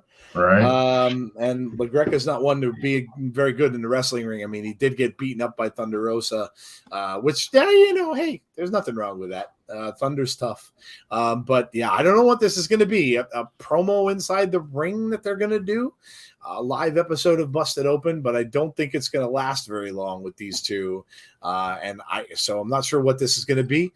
Probably some kind of extended promo or something that they'll do that'll lead to fisticuffs between the two of them. So really not much to predict about this except for what you think is going to come out of it, which, I mean, this is, I think, just another part of a story and a slow burn leading up to wherever Tommy and Bully are going to face each other and what kind of a match they're going to face each other in. LaGreca's eating a Bully Ray powerbomb through a table. Could be. I wouldn't be surprised. But yeah, I think this is just something that's going to lead them through this pay-per-view to the next one where they'll probably have that match with Bully and Tommy. And that's what I think that they're going for with this. What's going to happen with it? Your guess is as good as mine. I do not know. But that's what I think it's heading to. So, Jeff, what are you thinking here? Whatever we get shenanigans. Yep. Yep. That's just bound to happen. So, yes. I think, like you said, I think we get a setup for something between Dreamer and Bully Ray. I don't think we see it fully play out here, but I think we do get something set up for them down the road. Joe, take a look at your text. I just sent you a card of an event that we might need to consider doing. Lucha Libre World Cup. Yes, sir. Click on that. Look at some of the matches. I heard about that. Team Mexico versus Team Japan. Sexy Star 2 was that Flamer, La Hiedra, Emi Sakura, Miyumi Iwasaki, and Aquino. Team United States, Deonna Purrazzo, Camille, and Jordan Grace? Mm-hmm. What? And Team Rest of the World, Christy Janes, Taya Valkyrie, and Natalia Markova. Mm-hmm. Their trios match. Team Canada, Josh Alexander, Vampiro, and PCO against Team Europe, Joe Hendry, Hedy Karaoe, and Tom Latimer. Team United States, Sam Adonis, Johnny Caballero, and Christopher Daniels versus Team Japan, La Estrella, Takuma Nakishikawa, and Kuakai, I think that's pronounced. Team Mexico, Tarus, Pentagon Jr., and Laredo Kid, oh my God, versus Team Rest of the World, Classy Ali, Rage, and Bhupinder Gujar. Dream Team, Psycho Clown, Alberto El Patron. Are you kidding me? Alberto Del Rio, Hijo del Vikingo versus Team Latin America, Carlito, Hip Hop Man, and Zumbi. And then there's more that they don't have even determined yet. Yeah, we may have to watch that one. Yeah. When is this? March 19th. What date is that? March 19th. What day is that? That is let me go down the March calendar. That is a Sunday. Yeah. Woo. Wow. Let's see. Let me see, James. Let me see if it'll be on Fight. Wow, I'm pretty sure it will be.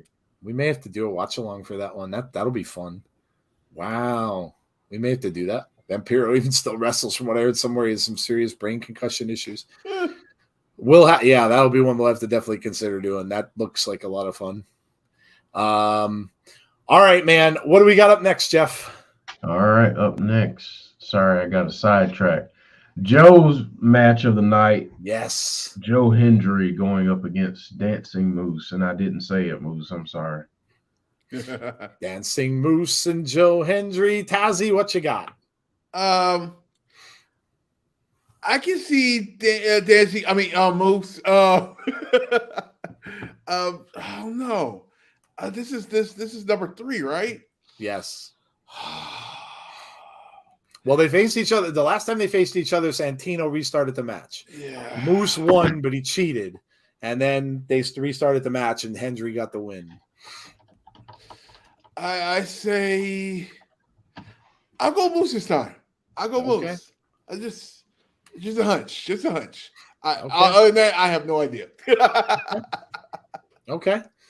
The Kook says Insiders Pro Wrestling AAA is on Fight. I'll bring the barbecue and the beers. Yeah, I think we're gonna have to look into doing that. That sounds like a lot of fun. Heather saying woohoo a Sunday, sign me up for that. Yeah, it's been a while. There hasn't been anything on Sundays at all, like pay-per-view wise. And if it would be around the time we'd be doing our show anyway, why not? Yeah.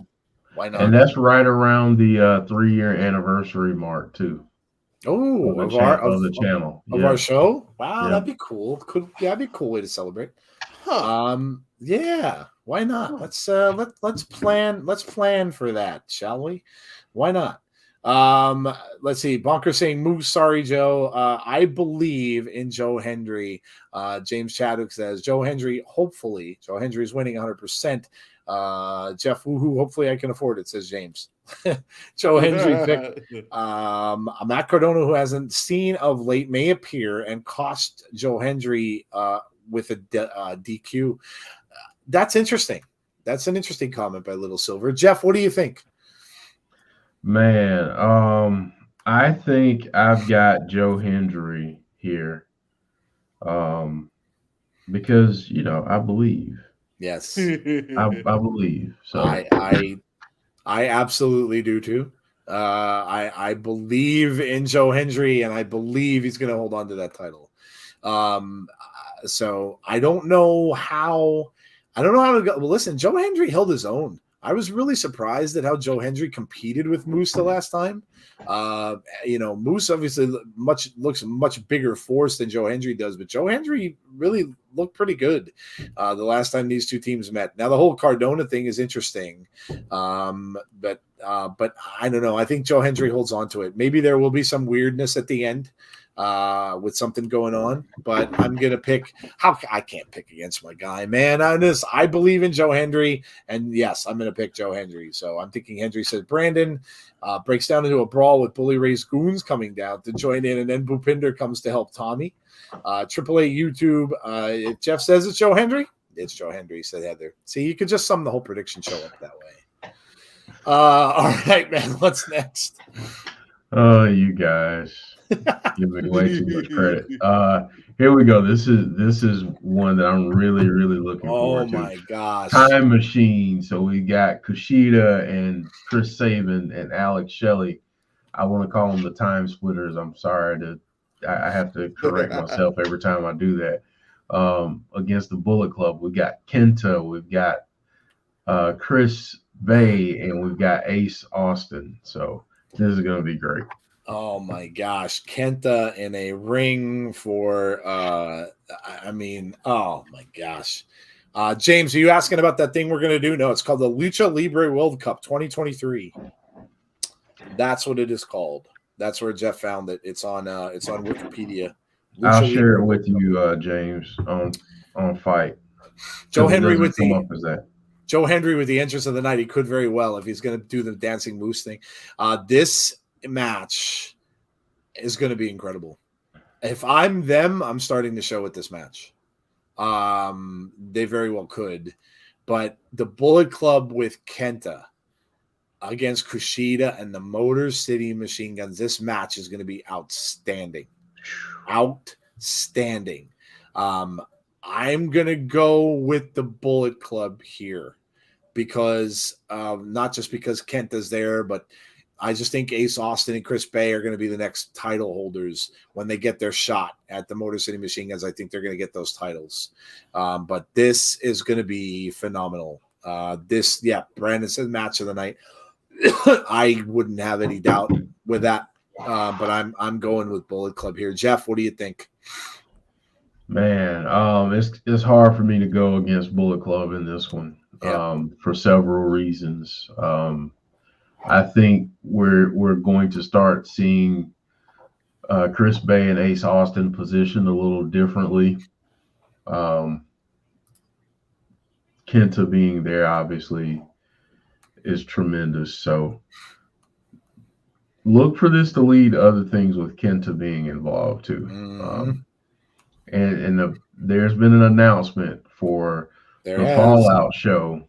Yep. That he's going against Josh, correct? Yep. So just throwing that out there. They're going to have they're going to try to make use of this momentum and this partnership and this working relationship that they have. So don't be surprised if you see some really big matches coming up, especially now going into that multiverse card and maybe even beyond that. But this is going to be great. I can't wait for this. Bullet Club, though. I got Bullet Club. Yeah. Yep. I agree. Tazzy, what you got? You know what I'm disappointed right now? I am 4 hours away from this event. 4 hours. But guess what? Yeah. Guess what I'm doing? I gotta work. Yeah, that sucks. I ain't going. I want to see the Bullet Club live. But anyway, as for the Bullet Club, I do. First of all, if I'm allowed to actually pour it on a lighter right now and say it's fire, but I can't do it because otherwise I will stuck your Lawrence in the hotel room. This match is going to be fire. It's like we're all saying. This should start the show. Bullet Club all the way though. There you go. So we're all going with Bullet Club. This match will be just too sweet. I definitely want Joe Hendry to win. He's my favorite wrestler in Impact. Feeling Bullet Club. I will be here either way. Kenta is the new Jefe, says the Coog. All right, moving on. What we got next, Jeff? I feel like Sheamus right now. Banger after banger. All right, here we go. Mickey James versus Masha Slamovich. Knockouts World Title match. I'm going with my girl Mickey. I know everybody's going to say, well, where does this leave Masha? What I can see happening here is I can see some interference from Taylor Wilde. That's what I kind of see happening here because I think that's where they're going. We saw a hint of that. Those two, teamed up together. So I think that, oh no, what am I thinking? No, they didn't. You're thinking about Killer Kelly. I'm thinking about Killer Kelly. Never mind. It's late and I messed up. Old men do that. Did I miss something? They did not. Never mind. I was thinking about Killer Kelly. I'm wrong. I don't see Mickey losing. Not here. Something may happen screwy so that they make it so that Masha doesn't take a loss. Because I know everybody's going to say, well, she lost, this will be another loss for her. And where would she go at that point? Mickey's going to retain. And I think for more than a few reasons, the other being that you might have that thing happening with her and Sasha or Mercedes Moné. And if that happens, she's going to have that title. So I don't see Mickey losing this. I think if Mickey's going to lose the Impact title, it will probably be against Jordynne Grace in the rematch.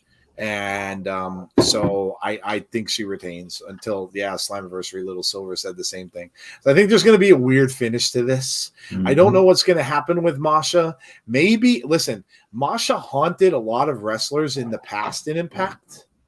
Think of the beating she put on poor Alicia and others. And maybe that stuff comes back to haunt her. Maybe some people are going to come back and try to take some revenge on Masha and turn things around. But I think this is going to have a screwy finish in some way. And I think Mickey will retain. Jeff, go ahead. What do you think? Oh, man. So I think that Mickey is going to retain. I think with Masha, there are a couple things you could do from here. Again, if we get the return of a certain person, wouldn't you like to see that? Yes. I know I would. I know 100%. I would. So yeah, there's a few places that you could go, but I think something to watch here is look at how Impact is playing up how Mickie James tapped out against Jordan Grace. Yep. Look for something like that to happen in this match. So the narrative then becomes, well, Mickey's getting some kind of assistance. She can't do this on her own, to add some fuel to the Jordan Grace story. Okay. So I think that's a possibility, but I've got Mickie retaining here. Yeah, I think so too. James Chadwick says, I'm thinking Mickie holds the title to Slammiversary or BFG, and then Mickie versus Deonna in title versus career. Okay. Mickie retains. She may drop at Rebellion or Slammiversary. Bullet Club and Kenta Win setting up a rematch with the Motor City Machine Guns for the championship. I'm leaning Mickie. Does Sasha come out when Mickie retains? I think that's possible. I think that's very possible. That would be huge. If this were on regular pay-per-view, I would tell you definitely yes. Yeah.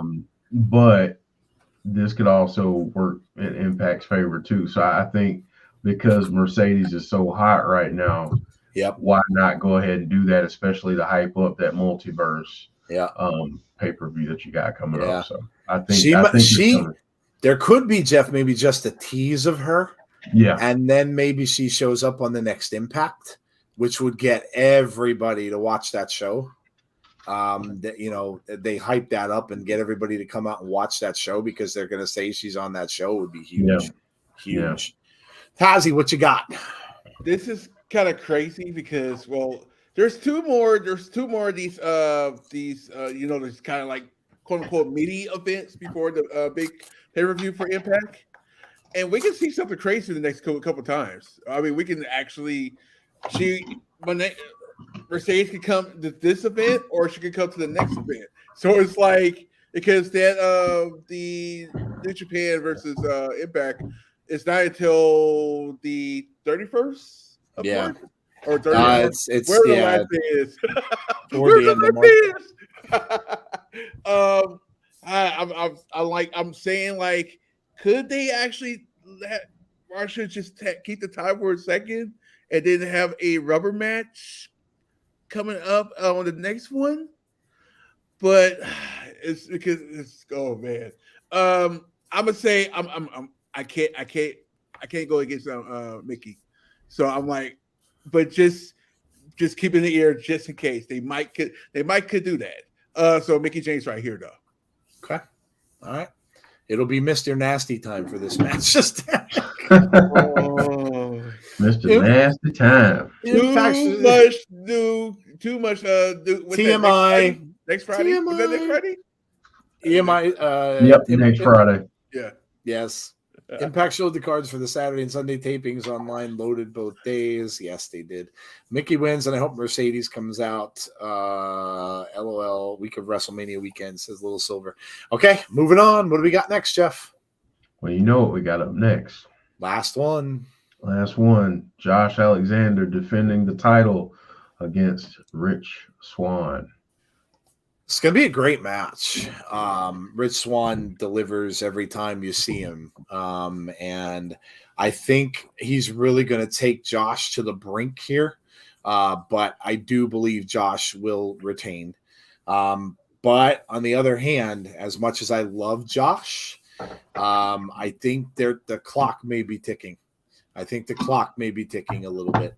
And the clock's name is Macklin. And I think that's, I kind of tend to agree with Josh. I think, or with Jeff, that I think that that's what they might be looking to do.